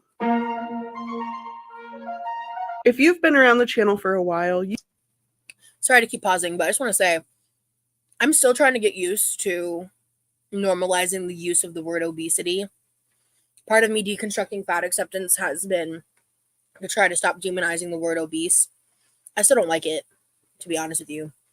I still don't like how it can feel so degrading in the way that it's used towards fat people by fat shamers, by people who do not have good intentions towards fat people. But in terms of like medical settings and in terms of conversations like this, I'm still struggling with like some of my old, I think like trigger feelings and things like that, because the word obese is it does carry such a heavy negative weight, and I don't ever want to use the word obese as a way to define me, but I do think it is a word that I need to accept as a part of my reality, you know? Hello. Oh. You know that in February of 2023, I came on my channel and I expressed that I was angry because we had lost a young plus-size influencer at a very young age. And I knew in the core of my soul that fat activists were going to ignore that. And they were going to ignore this bright, bubbly human being that we had lost. I think she's talking about Brittany. Even though Tess Holliday had commented on some of her videos, because they can't acknowledge these passings without unraveling their whole platform. Her name was Brittany, and I am in fact still angry about that. And since that time, we've experienced even more loss, with at least 3 articles coming out recently about plus-size people, plus-size creators, and plus-size influencers passing away much too soon. In December 2023, we learned of the passing of Brandy Mallory, who'd been featured on a show about extreme weight loss. The show chronicled her success, and through her social media, her followers watched as she regained her weight over time. She was found in her vehicle outside of a Chipotle. She was 40 years old. Then, in April 2024, it was shared that Mandisa, a singer who started her career on American Idol, had passed away from... Sorry, I need a second. She passed away in a Chipotle parking lot after regaining the weight she lost on an extreme weight loss show. I mean, wow. I feel like, obviously, I feel like the yo-yoing in and of itself is just so unhealthy and dangerous. Extreme weight loss, period, is not good. I'm of the opinion it's not good for you. So then when you add on this, the stress that her body must have went through to lose the weight and then regain it, like, 40. I am less than 8 years away from 40. That is really scary to think about. Complications related to class 3 obesity. She was found in her home by her friends. She was 47 years old. In early June 2024, the family of a creator who went by Calejos503 posted on his Instagram that he had passed away suddenly. I saw about that. This was shocking to his fans because he had no known illnesses at the time. It is being speculated that he passed away from a heart attack, but that is not verified. One of his last videos posted featured him and his friends going to get food at a market. Heavy. He was 37 years old. And I'm going to show you this photo. I don't know if this is actually from his funeral or not, but it was posted in an article with it. And it's just such a stark image. I want to take just a second and let us pause on this and just kind of reflect. Like, take a moment and just let this image sink into your brain. Each of these losses is tragic, and we only really know about them because these people had a following online or had become a celebrity. And that always leaves me to wonder about people who are just living quiet, offline lives. Well, recently, an article broke into the mainstream media news, and it was a mother sharing the story of what had happened when her super morbidly obese daughter passed away in their home. It took 20 to 30 people 12 hours to move her body out of the house. And when the fire department, who was part of those 30 people, was called away to a fire. Hey, Tiny. I just missed you. I was like really not in chat and I was just starting to catch up. Good to see you. I hope you're still here. And Chris, thank you for being here. I know you had to go. Even Obese to Beast uses it in a negative way. Obese bad to beast good. Yeah, when I talked with him, I told him about how I used to not really watch him for the longest time because I was told by Fat Acceptance that he was fat phobic. it just even like with proof in the name alone, basically, but I never even gave his content a shot, you know what I'm saying? And then obviously that changed. So right now we're watching Sam at Every Size and just kind of reacting to that. Chiclets, you're funny.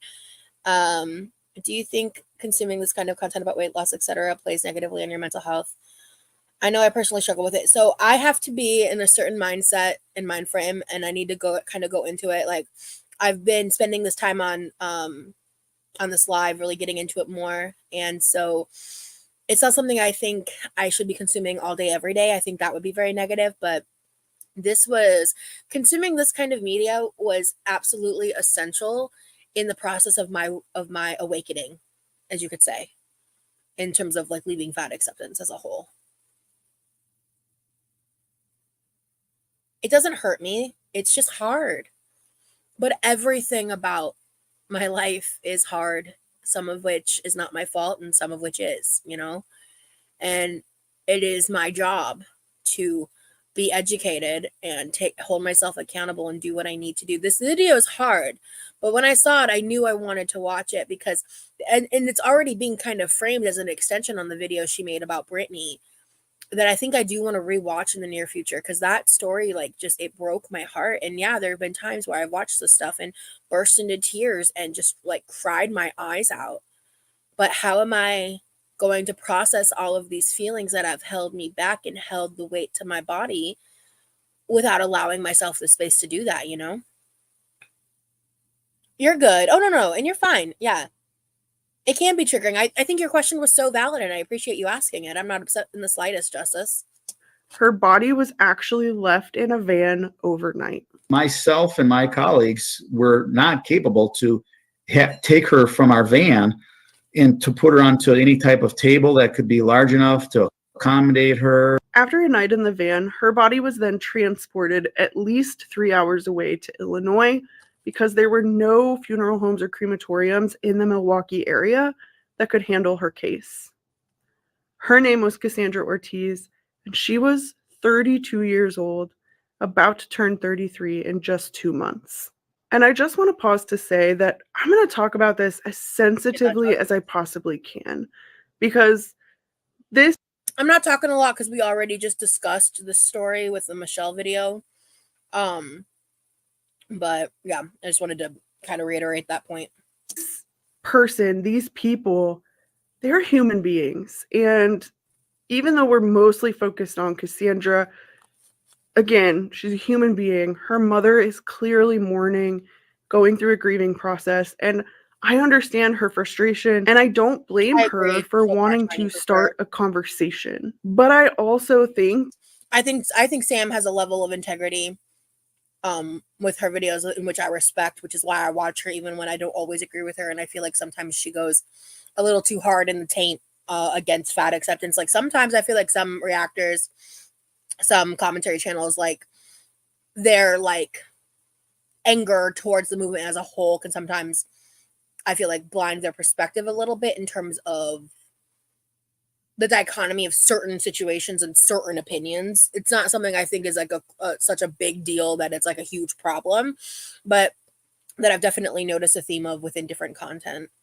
I've treated ICU patients that were super morbidly obese. It was difficult to even get the patient to treatment. Yeah, I understand. That there should have been some sort of general understanding that this process was going to be difficult, because being in and living with someone who is morbidly or super morbidly obese is difficult. Like, life in general is just more difficult. As humans, yeah, it really is. We are wired to shy away from uncomfortable realities. Our brains don't want to think about things like serious illness or end of life or unaliving. So we push that out. The cognitive dissonance for me in my 20s was so real. It was so ever present, and I just was not cognizant to it.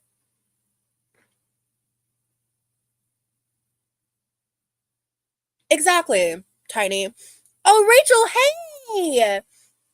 Yeah, it's alive. It's already so John's video was earlier on and JaeBae all happened earlier, so you're definitely welcome to walk back. I think I mentioned you briefly too. I'm so glad you're in the chat, Rachel. Oh my gosh. I'm so glad you made it. Thank you. And that's what I was saying earlier, Tiny. I think maybe before you came into the chat as well, as like, I'm the kind of person, I purposefully do enjoy watching people that I respect, even if I don't necessarily agree with all of their opinions. Out of our brains, because we want to live in the comfort of not knowing what comes next for us. And we will push that off until the very last minute, until we can't anymore, until it's too late. And on top of our predisposition to already want to ignore those uncomfortable things, it now feels like we have the option to exist in spaces where reality doesn't exist at all. And people can just disappear into these echo chambers online, much like fat acceptance and fat liberation. Of course, there are okay, no, I'm not. Rachel, thank you so much for the super chat. I really, really appreciate that. You're so sweet. Thank you. I'm going to actually play that back a bit because I feel like I'm going to have a lot to say about this point. Hold on. I'm going to go back a little bit. We will push that off until the very last minute, until we can't anymore, until it's too late. And on top of our predisposition to already want to ignore those uncomfortable things, it now feels like we have the option to exist in spaces where reality doesn't exist at all. And people can just disappear into these echo chambers online, much like fat acceptance and fat liberation. Of course, there are others, but these are the two that are pertinent to the channel and, in my opinion, to this story. Yeah. People can fall into these echo chambers, and then they're just being told over and over again that they shouldn't worry and that there's no danger, and they're just being led further and further into their disillusion.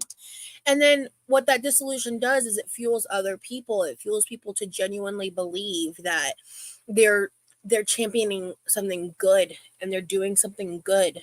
I was that person. I was that person. I was that person online spouting fat acceptance talking points, thinking that I was helping people, that I was helping myself, because in the present tense, in the present moment, I was providing myself a space to not feel so judged and so hated for just trying to exist, because the reality is that there's also people on the other side with like an extreme level of hatred. And so it's like they both fed each other so well. Like the hate of that fed that disillusionment to creating a safe place to feel some kind of reprieve. Because, and I'm not talking about like people saying like you need to lose weight and things like that. I'm talking about like the death threats, the like disgusting levels of fat phobia that fat people have to deal with, not just online, but in person. Like I know I craved a place where I could just go and be Rosie and not be fat. And then eventually somewhere down the line, I lost the fucking plot and became Fat Rosie in the name of, you know, influencer shit and content and all of that. You know what I'm saying? And so it's just like, it's so frustrating. Like when I see things back, like realizing that I was saying like, oh, I hate echo chambers while I was sitting front row in one. And oh, you know, like I feel all these frustrations about that. And like, obviously I can't change the past, and I'm doing everything I can to try to learn and do and be better, while also just trying to be fair and understanding that like fat people do deserve basic respect. And like, you know, when you're fat, it's up to you on whether or not you want to change. And I don't feel like people should be shamed and harassed and bullied into it, obviously. But in the same notion, I also don't think that what fat acceptance is doing and what it's turned into and the level of toxicity that's being pushed, I don't think that's okay either. And so we need to have more nuanced conversation around this topic. And that's why I'm doing this stream to begin with. Good night, Brie. I hope you're doing well. Thank you, Rachel, again.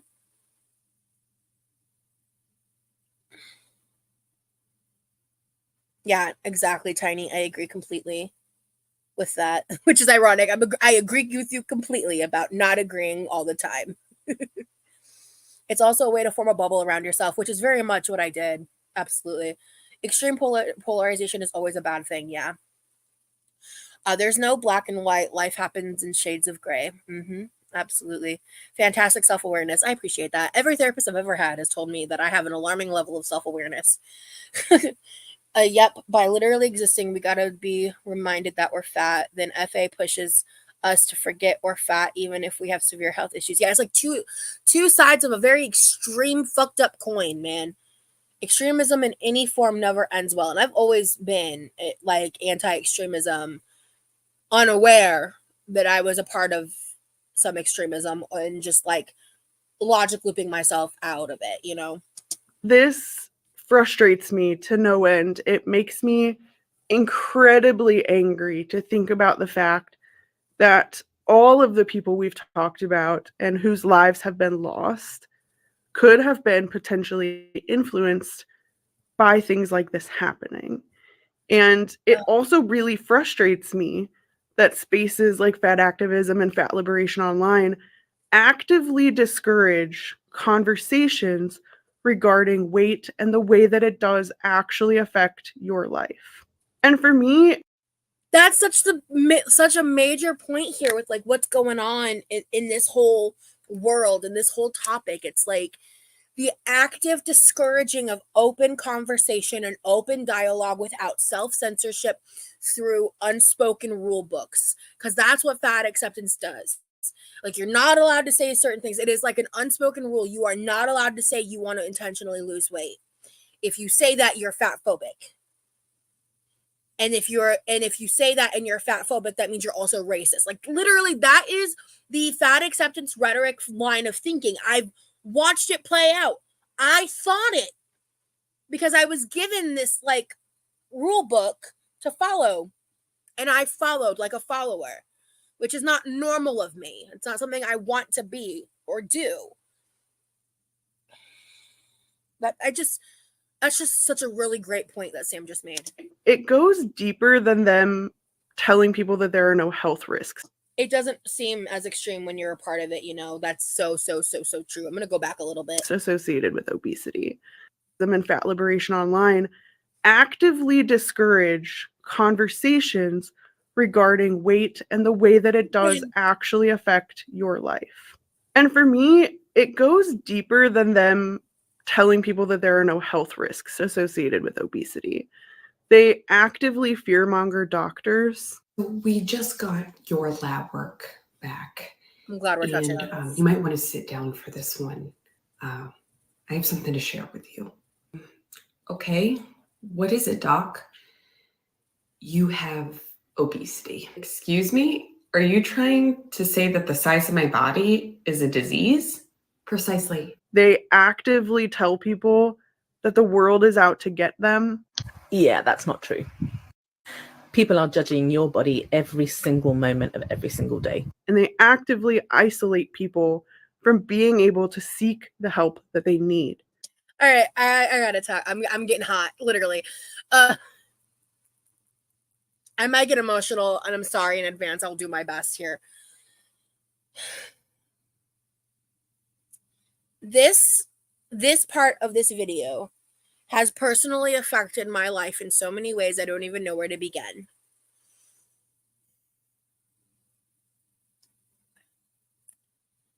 It took me going through some stuff to realize that I had gone into so many medical settings and appointments regarding my physical health fully on the defensive.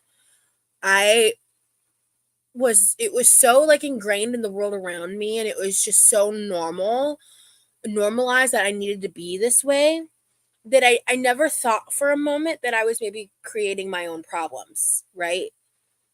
And eventually I realized that I was going into these situations like clearly on the defensive, and any like self-interpreted misstep that a doctor or a nurse would take would just be like, oh, that's confirmation that they're fat phobic. Oh, that's confirmation that they don't see me as a person. Oh, that's confirmation that they don't actually care. They just want me to go away. They just want me to die as a fat person. And I believe that with every fiber of my being. And it wasn't all the time, and it wasn't every doctor. And the hardest part about this is that I've also experienced real medical malpractice. I've experienced real medical fat phobia.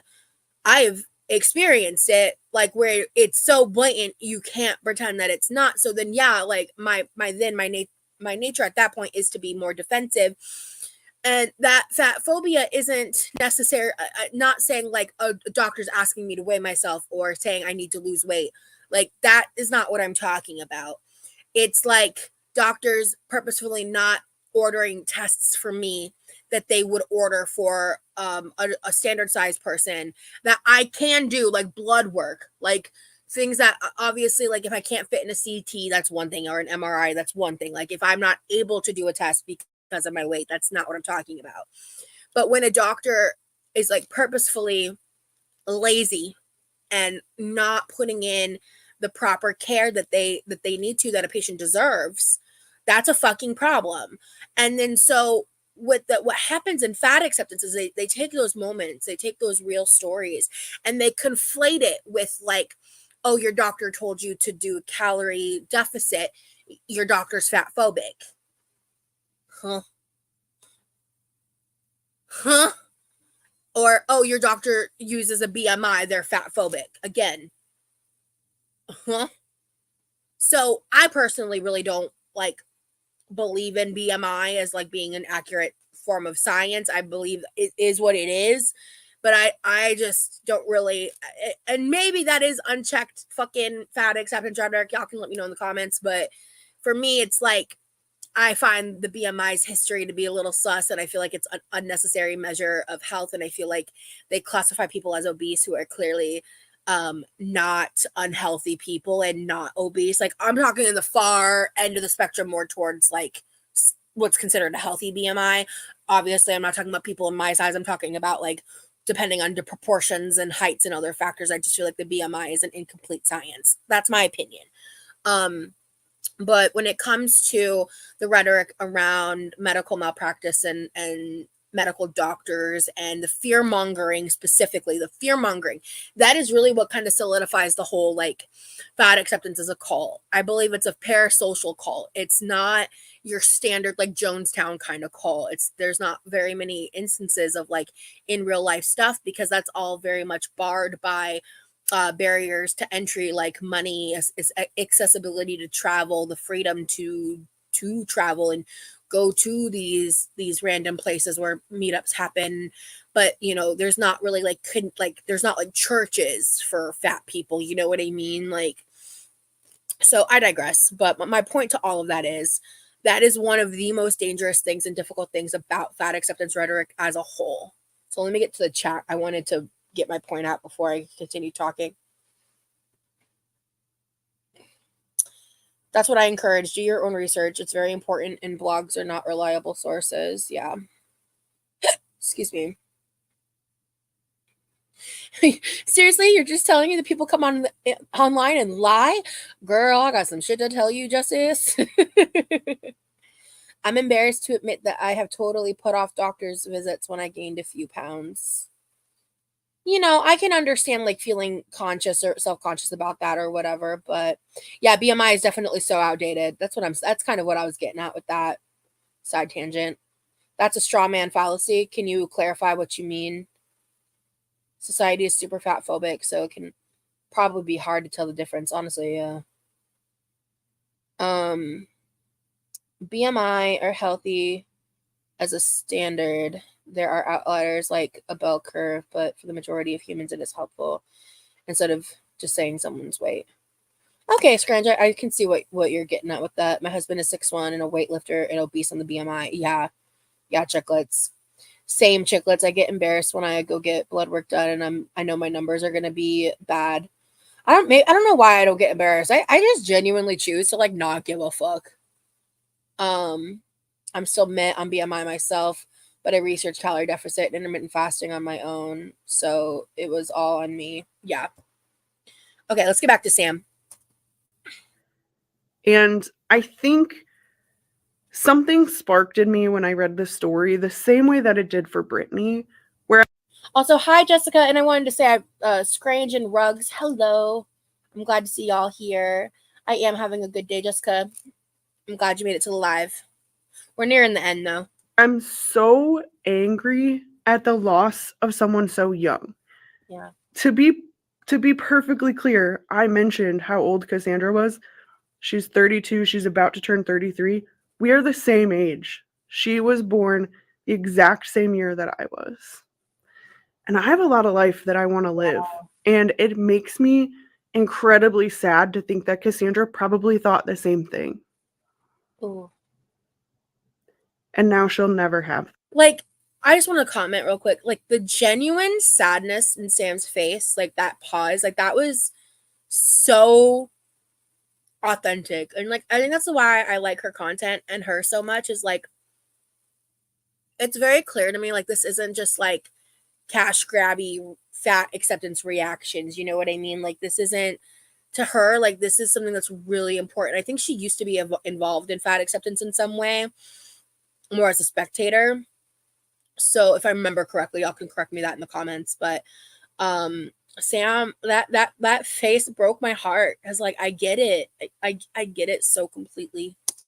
That. Here's the hard truth of it all. People who struggle with morbid or super morbid obesity, they struggle with everyday activities. Period. And we've seen how debilitating. Never! I could never escape her!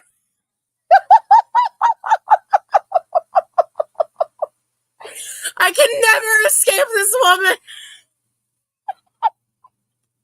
It can be, with so many examples existing from both online creators as well as shows like My 600 Pound Life and 1,000 Pound Sisters. It's hard to shower. It's hard to walk. I get that, Tiny. I think that's kind of the problem. I feel it's not nuanced enough. It's hard for them to take care of just their most basic needs. And what we see time and time we weren't chicklets. We weren't. Again, is as people continue to gain weight, they start to lose their autonomy and their dignity. Yeah. And now we're living in a space where people who are actively dealing with things like addiction, basic needs. Yes, and what we see time and time again is as it's hard to walk. It's hard for them to take care of just their most basic needs. Yeah. And what we see time and time again is as people continue to gain weight, they start to lose their autonomy and their dignity.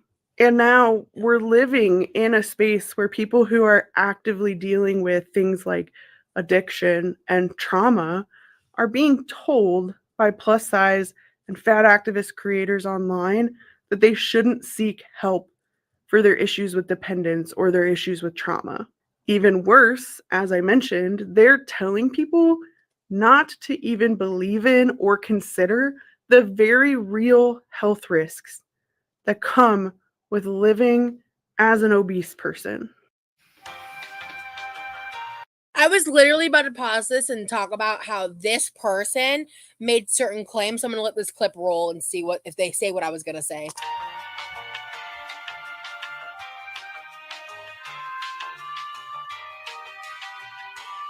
And even if we did fat activists a favor.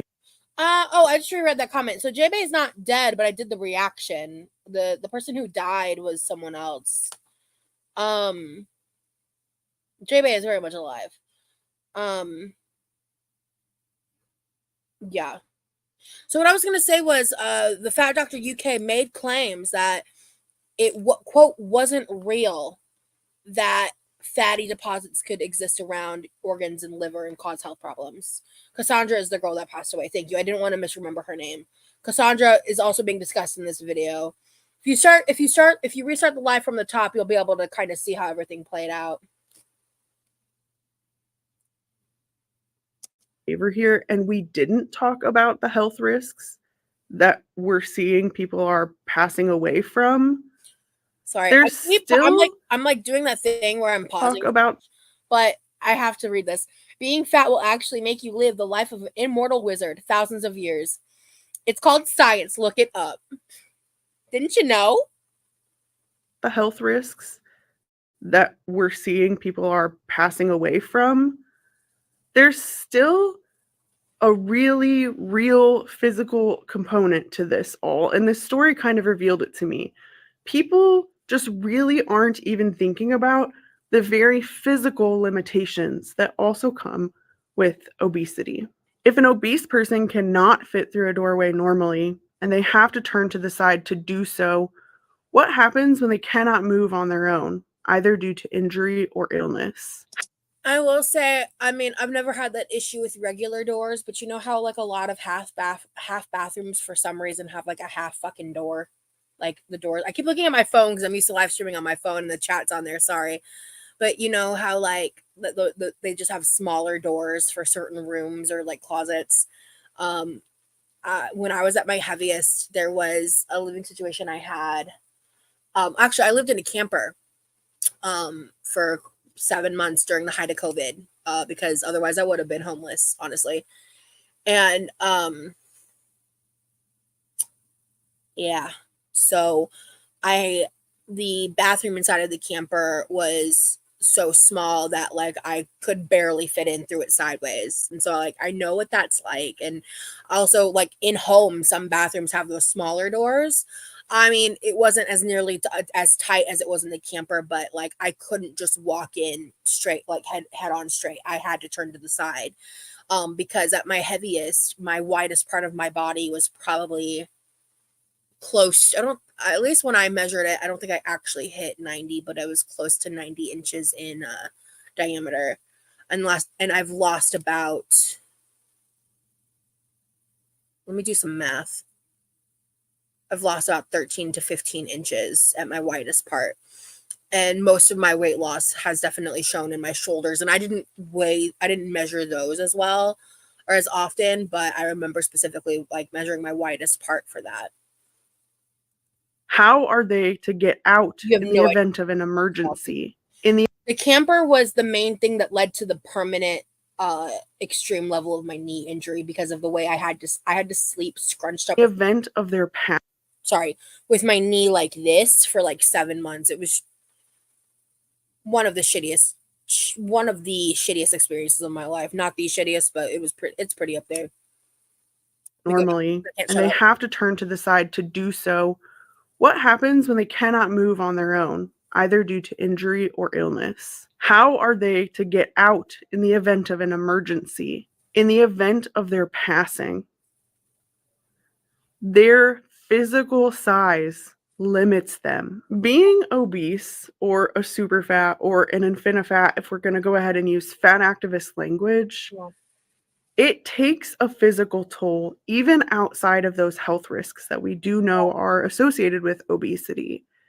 And it puts not only the fat person, but also anyone who's trying to assist them in very real danger, especially if it's an emergency situation. And I'm such an independent person, like spiritually, you know? There are parts of me that I feel like I benefit far better when I have support in some ways, like living with someone who can help share some responsibilities, like taking out the trash, things like that. I can't think of a greater nightmare than being bedbound, like truly bedbound. When I fractured my foot, that's the closest I've ever come, and it was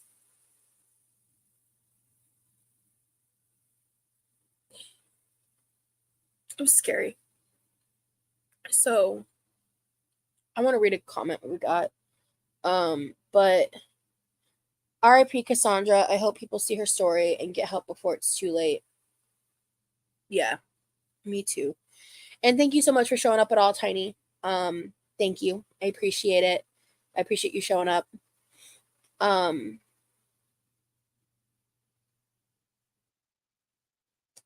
But this is a nuanced view saying, I don't think the BMI scale really represents what it claims is one of those annoying statements that makes so many people mad on both sides. Yeah, I feel that. I can't stand that infinifat wording for some reason. Yeah, I don't like. I think at one point I may have technically fallen under infinifat, like in the very beginning of it, but I always just called myself a super fat. I hated the word infinifat. as a concept. I just don't like the word. But yeah. Sorry, I got a little emotional there. I just had a tibital surgery and I'm only surviving with help when my kids are away. I'm so screwed. I didn't eat one weekend because I couldn't get downstairs. Scrange, I'm so sorry. I have friends who have had situations where like that's definitely an issue, and you know, I mean, I was living with someone at the time, so some things are able to be brought to me, but there are parts of that story, parts of the trauma I experienced during that time that I even when I like lost my mind on the internet and like kind of overshared a bunch of shit on Instagram, I never fully ever went into because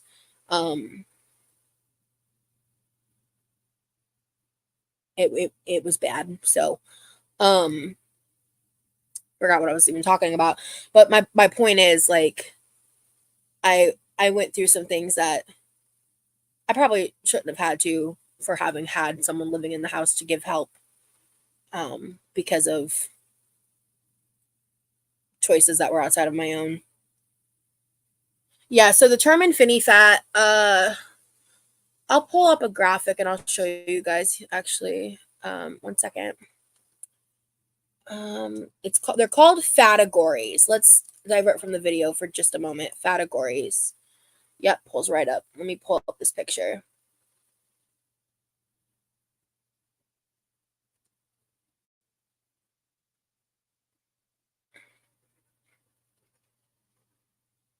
Come on.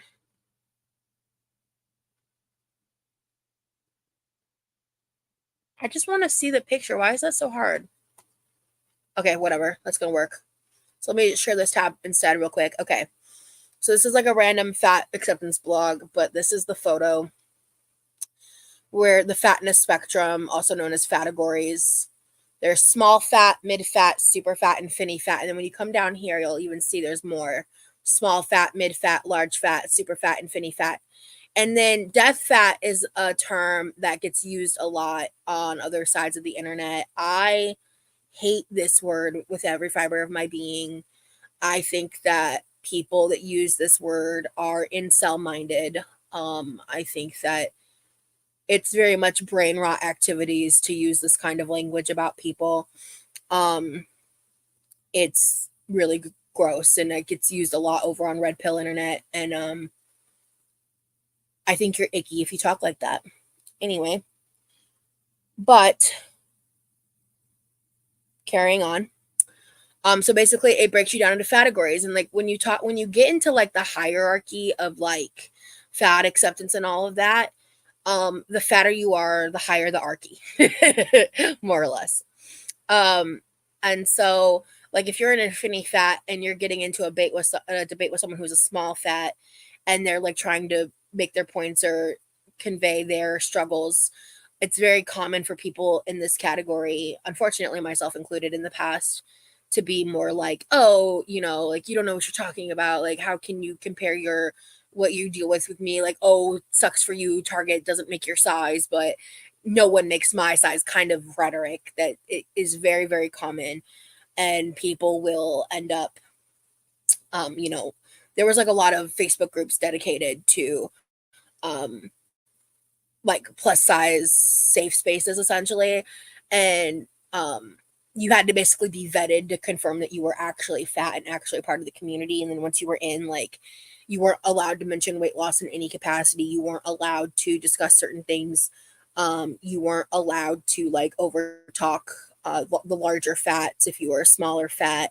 And like some of them were sometimes not even unspoken rules. They were literally rules written in the like rule guides of the Facebook group.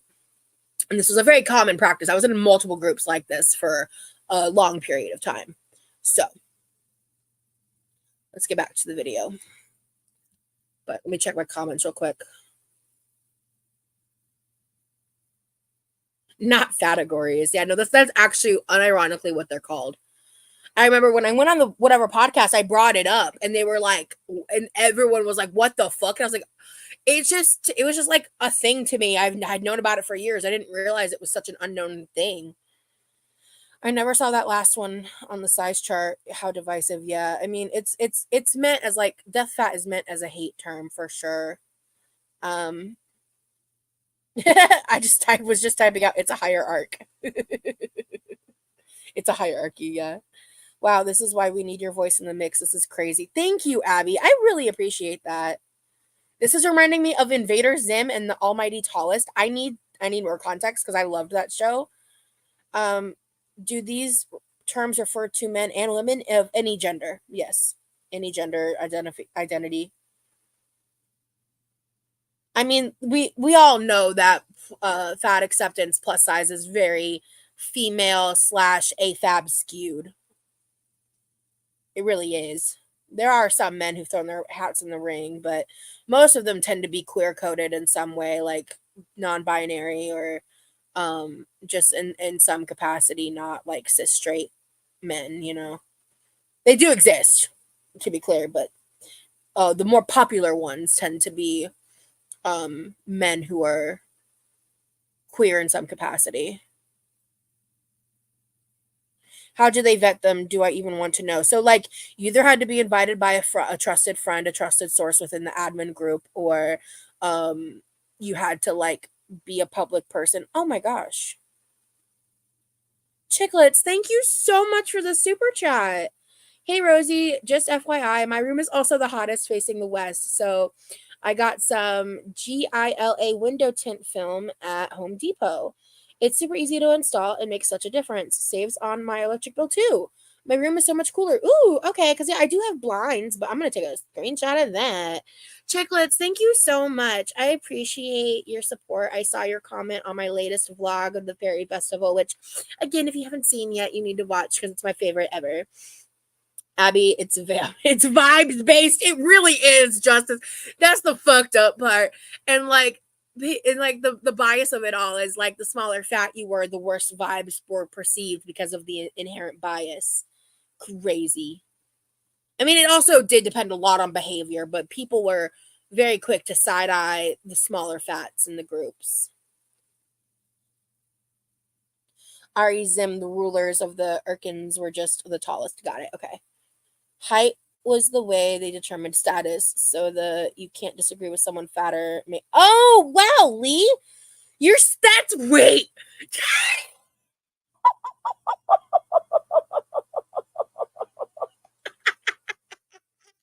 that's so funny. Oh my god, it's so great. Okay, I'm back and learning so much. I had no idea if categories existed. I was escorted out of a community because I asked what they considered a size. Wow, a size 6. I'm not surprised at all by that. Yeah, you ask the wrong question, you'll get fucking banned because you have to and that's where the cult mentality shit comes into play because it's like, yes, we agree. Yes, weight loss bad. Ew, the thins. I used to talk like that, man. Crazy. Hi, Danny. Good to see you. I hope you enjoyed the replay. Okay, let's get back to the video because I'm just Chatty McChatterson today, apparently. And as we've just heard from Cassandra's story, it also adds an extra layer of stress to your already grieving family. This YouTuber says it all perfectly. Author and activist Leslie Kinzel, who told us failing to address the different needs of fat bodies has the potential to turn the process into a traumatic one, instead of one that provides peace and closure. Funeral arrangements can be significantly more expensive due to the need for specialized equipment to safely transport and accommodate the deceased.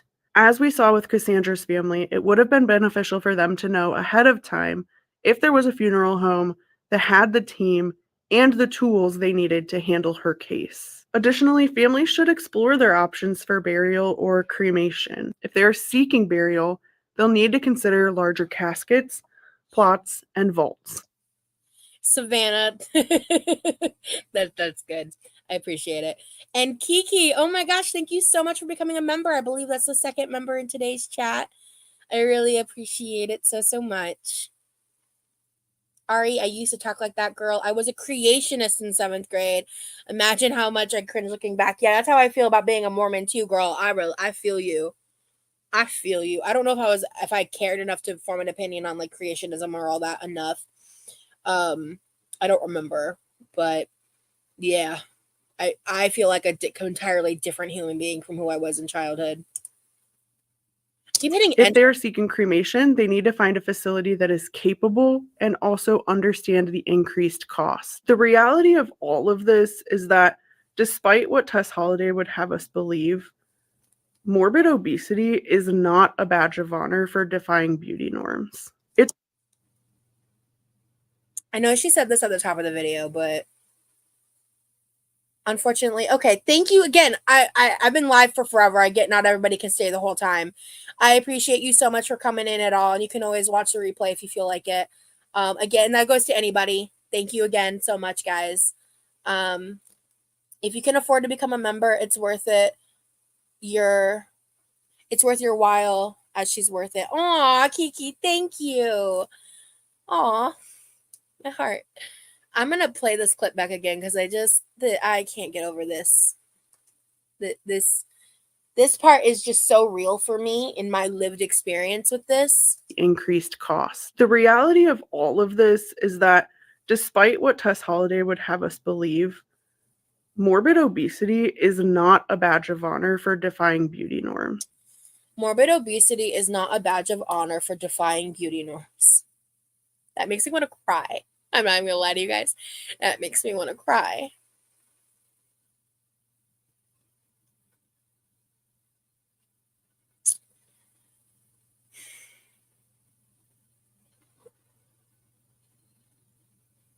I used to really see it that way.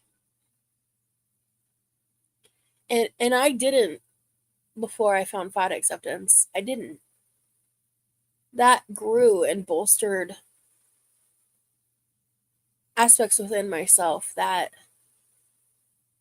prioritized vanity over health and affected a lot of decisions that I made.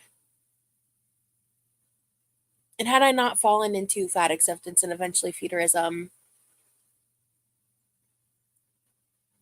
there's a lot of like, if I coulda, woulda, shoulda, if I had or hadn't, if I hadn't dated a guy who was a secret feeder for the first 6 years of our relationship, if I hadn't had certain really traumatic experiences, if I hadn't fallen into those spaces online, like, would I have gotten my shit together sooner?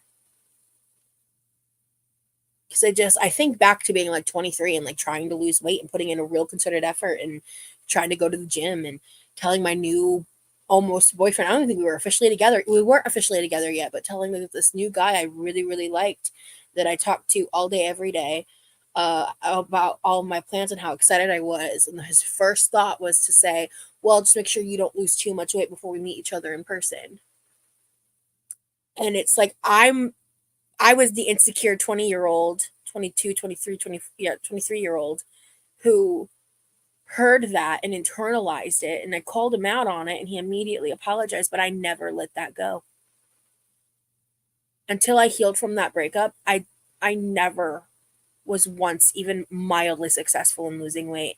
And I think back on that, and I think back on just because I ended up falling so deeply in love with that person. And I was just so, it didn't matter what he said to me. I was so afraid that he would never find me attractive again if I lost weight. And he would tell me the opposite all the time. And I would say I believed him. I didn't believe him. And I just kept like pushing that off to the side and pushing that off to the side and ignoring that fact. And the rhetoric of fat acceptance made it easier for me to justify the need to not lose weight to myself,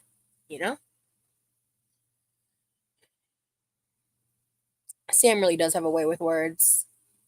Are you telling me you don't believe John Smith was the only one who could see the tablets? Oh my God, peace. Oh, for real. Even when you cry, you're beautiful, you're sweet. I had to cancel all memberships for a while. I get it, man.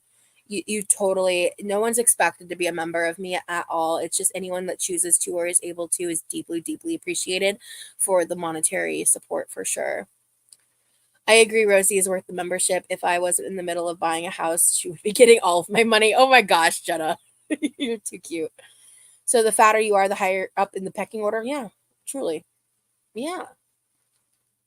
You knew his intentions. Yeah, I mean, at the end of the day, I was unaware until I brought up the concept of feederism, and then we were in such a toxic place at that point. I was the one who like chose to try to introduce it into the relationship because he never outwardly pressured it. I mean, I look back on some things and I'm like, from before that happened in 2019. But we were broken up, and so like that's when I made the mistake of kind of crossing feederism into my real love life. It's one of the biggest mistakes I've ever made in my entire life, and I've never really gone into it online, and I don't plan to yet. I need to do a lot more healing first. So Tess Holiday infuriates me. Her anorexia claims she has no idea how debilitating that is. I mean, I am of the opinion that fat people can be anorexic. I also feel like what I ended up realizing is there was a time where I thought that I was potentially dealing with some kind of anorexia, but what I was actually dealing with was a manifestation of my binge eating disorder where I was having extended restrictive phases. Those tend to last no more than 3 to 4 weeks for me. So I don't think that necessarily falls under anorexia nervosa. But Tess Holiday's a grifter. She has been since 2013. I don't like that bitch. I never have liked that bitch. She irritates the shit out of me. Yeah, when a person doesn't care about your health, they only care about and what they want, and what they want, it's scary. Yeah. And Abby, thank you so much for this super chat. When we know better, we do better. That is my current life motto for sure. Yeah, fat people can most definitely be anorexic. And that's just something that, I mean, again, and I'm not talking specific to Tess. I mean, I don't know that full situation. And I mean, if she's been clinically diagnosed and gone through anorexia treatment, then that's her reality, right? And I don't really want to spew hatred on that. I think enough people do that, but fat people, I think it's a big misconception that fat people can't be anorexic, because anorexia has levels to it. I mean, and you can eat enough food to, like 400, 800 calories a day or something. And, you're still dealing with the malnutrition and all these different things. Like EDs are very complicated, to say the least. I find it so interesting. So at your own time, I'll be here to hear how you work through those thoughts. Thank you. Yeah, it's very intense. And there's just a side of the internet that I know would have a field day if I was transparent about that conversation, and it would be really harmful to me. I'm not strong enough in those experiences yet to be okay with the scrutiny that comes with being me on the internet, in that specific topic. But yeah. It's a medical condition that often has severe consequences, and people should feel comfortable addressing their weight and their concerns about their bodies with their doctors, with therapists, with anyone who can help them. And they should feel free to do that without fear of judgment. I'm looking at you, fat activists. Being obese is proven to increase the risk of disease. Period. All of the people we've mentioned in today's video passed away at a very young age from complications related to their obesity. Period. These are two facts that should not and cannot be ignored. But we know from history, because they've shown us, even when it comes from the death of their own, a Kat Pause, a Brittany Sauer, people who believed the same things they did and who said the same things they did and then died at early ages, they were completely ignored. No one acknowledged that they passed away. No one said anything in their honor, in their memory. Nothing has changed. They'll never acknowledge it. They've had to ignore it and or suppress it, because if they don't, the wobbly facade of the arguments they stand on would come crumbling down. All right, that is all I have for you all today. I'm sorry that this video got a little bit serious, but I was reading this article and I felt exactly the same way that I did when it came to Brittany, also known as Sick and Tired of Waiting. I felt exactly the same way I did when I read about her passing.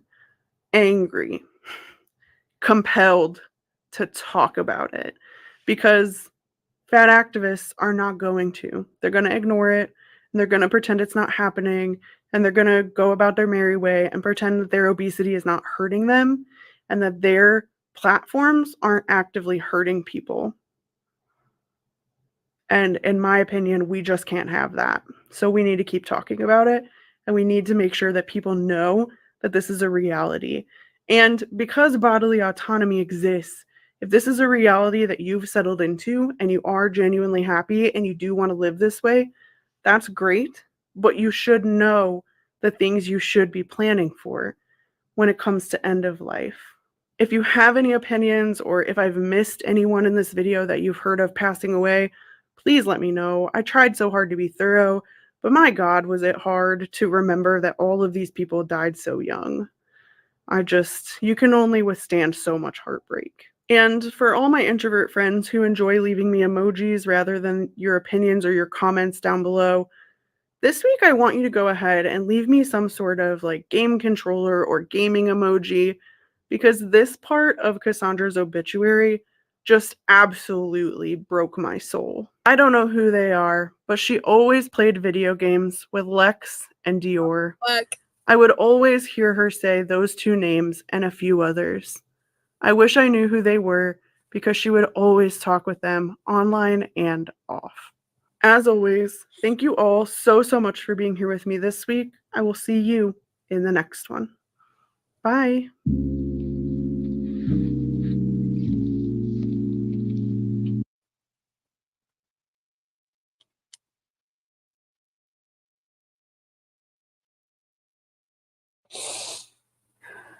I made it to the end.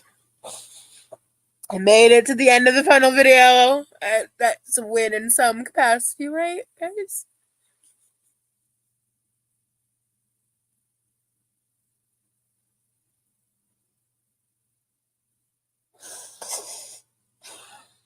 I think all the time of like all the people that I have like little relationships with in the DMs, like parasocially, you know, like all the people that have given me incredible suggestions that have improved my quality of life, who have shared their secrets and thoughts with me,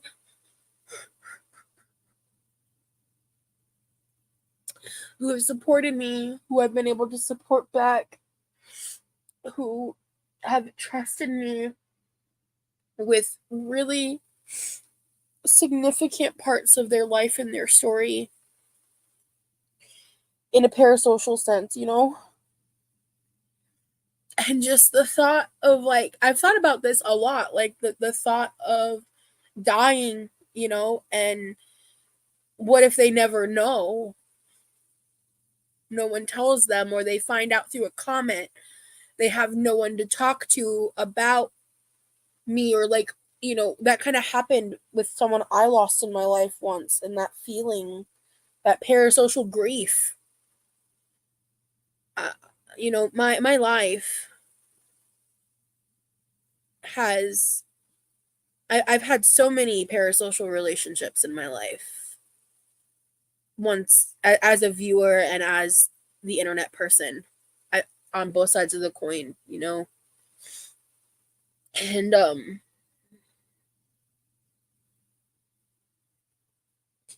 that hit me really hard. They hit me really hard. The ending of that video. What the fuck, Sam? Let's look in the chat real quick.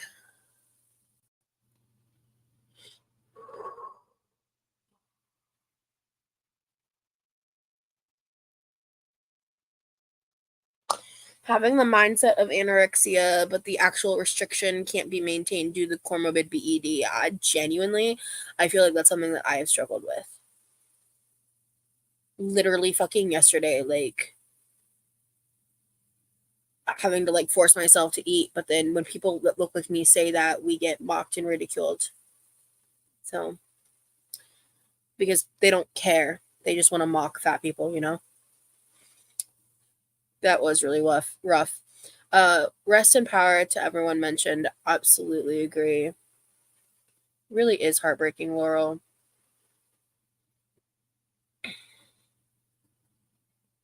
I understand that, Andrea. And again, I was speaking on it from the perspective of the topic as a whole, not Tess herself, because Tess is fucking annoying. Rose, we need to watch something light and cozy after this. Yes. Any suggestions of some like fun, light, short content we can end on a good note, so I'm not sitting here wiping away my mascara. Thank you guys for the hugs. Same. I've had one YouTuber's passing hit me so hard I was crying for a week. The parasocial bonds are real. Watch something funny now after you get off. Yeah. Does anybody have any suggestions of like a really cute video? You want to email me or something? We can close off. Stop sharing. Let's see. Jenna will get you copyright claimed. Oh, she does. Like, really? Her vlogs? That's upsetting.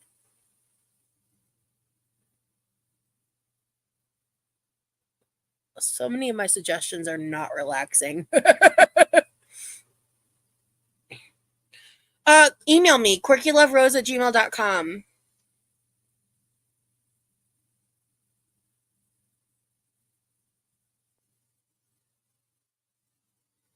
Let me know if any of you send me links, tell me in the chat.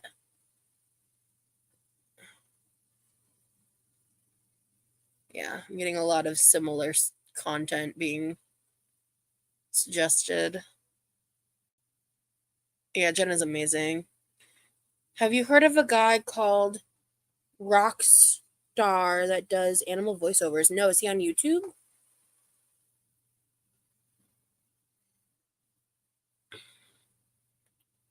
Let me see. Bruh. Yo. Oh, I'm hitting the wrong button. I'm braying myself here. There we go.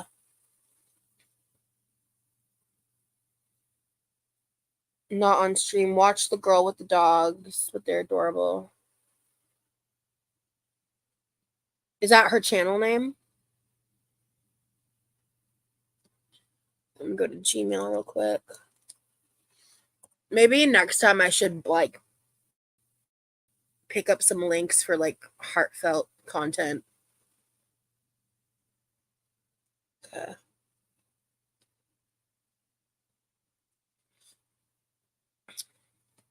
Because I like that idea. I just don't know how to execute it right now.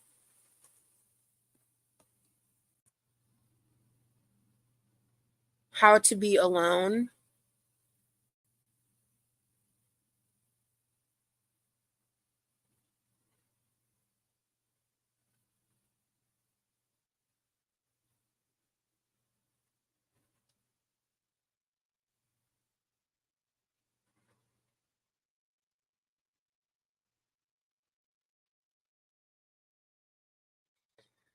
Whew. Man.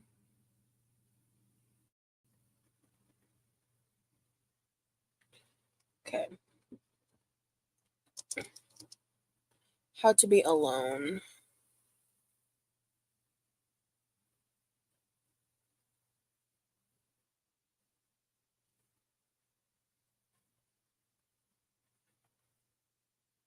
So who's the creator of that video? Justice?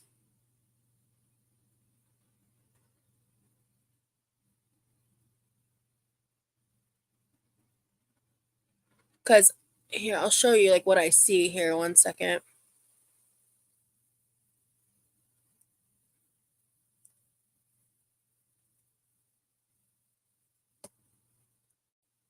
So when I type it in, like this is what I see. Oh, it's a short? Oh.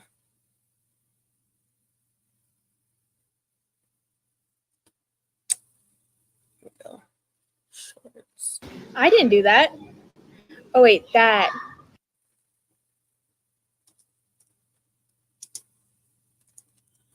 Did you email me a link? Wait, is this it?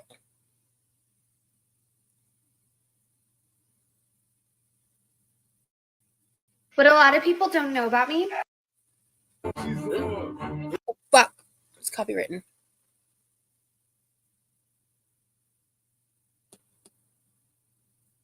Okay, I think you meant. Aha! Okay.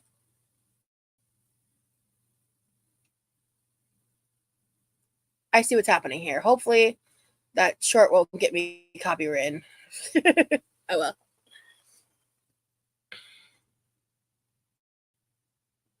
If you are, at first, lonely, be patient. If you've not been alone much, or if when you were, you weren't okay with it, then just wait. You'll find it's fine to be alone once you're embracing it.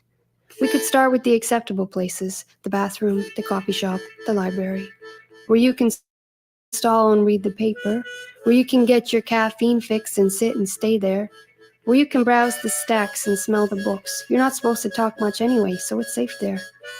There's also the gym. If you're shy, you can hang out with yourself in mirrors. You could put headphones in. And there's public transportation, because we all gotta go places. And there's prayer and meditation. No one will think less if you're hanging with your breath, seeking peace and salvation. Start simple. Things you may have previously avoided based on your avoid being alone principles. The lunch counter, where you will be surrounded by chow downers, employees that only have an hour and their spouses work across town, and so they, like you, will be alone. Resist the urge to hang out with your cell phone. When you are comfortable with eat lunch and run, take yourself out for dinner, a restaurant with linen and silverware. You're no less intriguing a person when you're eating solo desserts and cleaning the whipped cream from the dish with your finger. In fact, some people at full tables will wish they were where you were.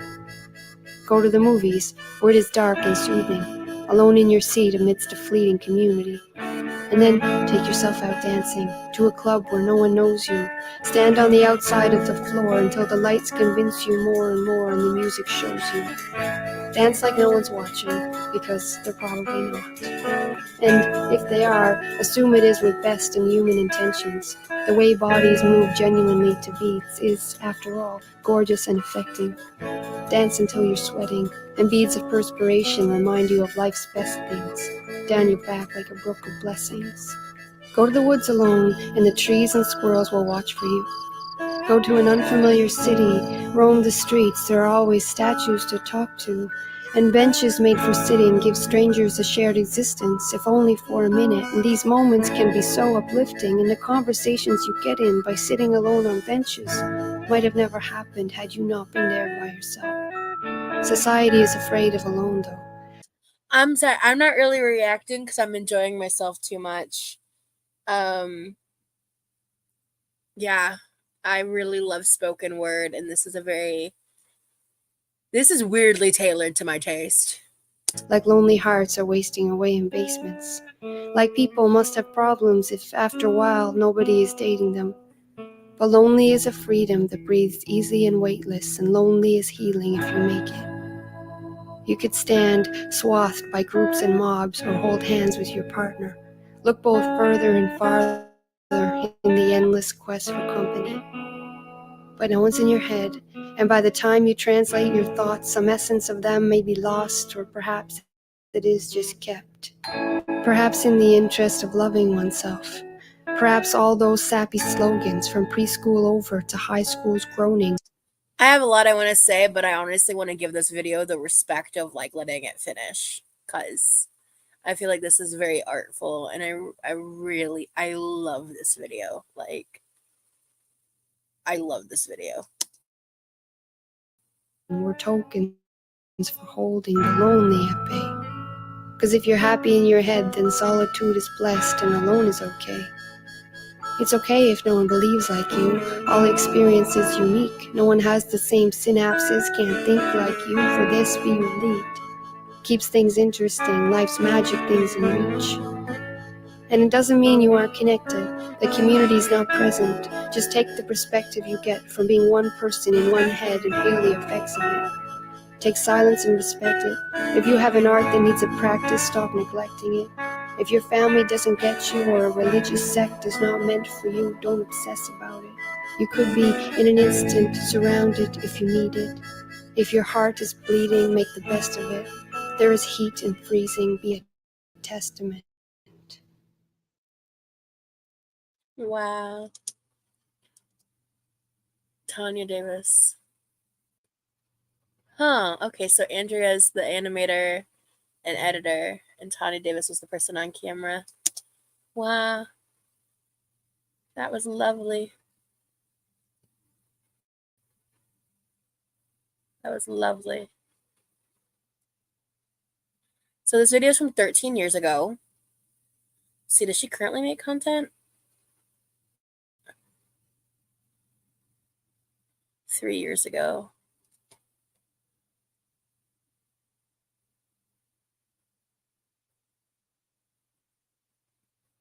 Okay. I'm going to check these out later. I'm very interested in these two. So, wow. Yeah, y'all should give a like drop off. This is Andrea Dorfman's channel. If you liked that video as much as I did, you should go give it a like yourself. That was a great closer. I agree. That brought my heart so much joy, and it made me want to stim, and it made it a lot easier for me to de-escalate from the intensity of everything we've discussed today. That was amazing, and that was an incredible suggestion, Justice. Thank you so much. If you guys ever see things you want me to react to, my email again is quirkyloverosee@gmail.com. Please feel free to send me a list of links or just a link.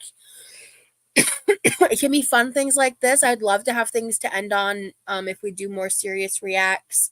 I do kind of want to revisit a couple videos that were so important to my deconstruction of fat acceptance and my journey there. Yeah, Chicklets, her voice is incredibly soothing, and her cadence was lovely in terms of her poetry, her spoken word, whatever you want to call it.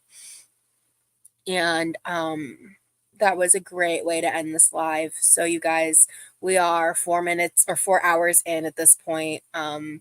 Wow, so much to unpack today. And I appreciate everybody who's still here, everybody who came in the beginning or at any time in today's live, and especially those who are watching the replay, because I had a lot to say.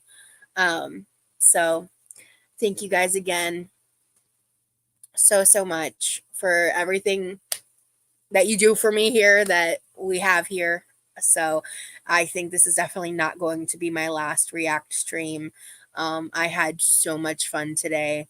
Even when the topics were heavy, I still was enjoying the process of doing this. And I'm glad that everyone who was here came, and thank you. Thank you, Laurel. Thank you, Jenna. Thank you, Justice, Chicklets, Chris, who was here earlier, Tiny for coming in, Rachel for coming in, Diary's still here. I can't remember if I said Chicklets yet. Laurel, Jenna Rose, all of you guys, seriously. Abby's still here. Thank you, Abby. Thank you again to everyone who sent a super chat, who sent super thanks, memberships. Seriously, every little bit helps. And wow, what a roller coaster. So I will see you guys later. There will be a new video tomorrow. Let me tell you guys actually what tomorrow's video is going to be. Let me find out. For anyone who's curious. I mean, some of you are members, so you probably have already seen it. Oh,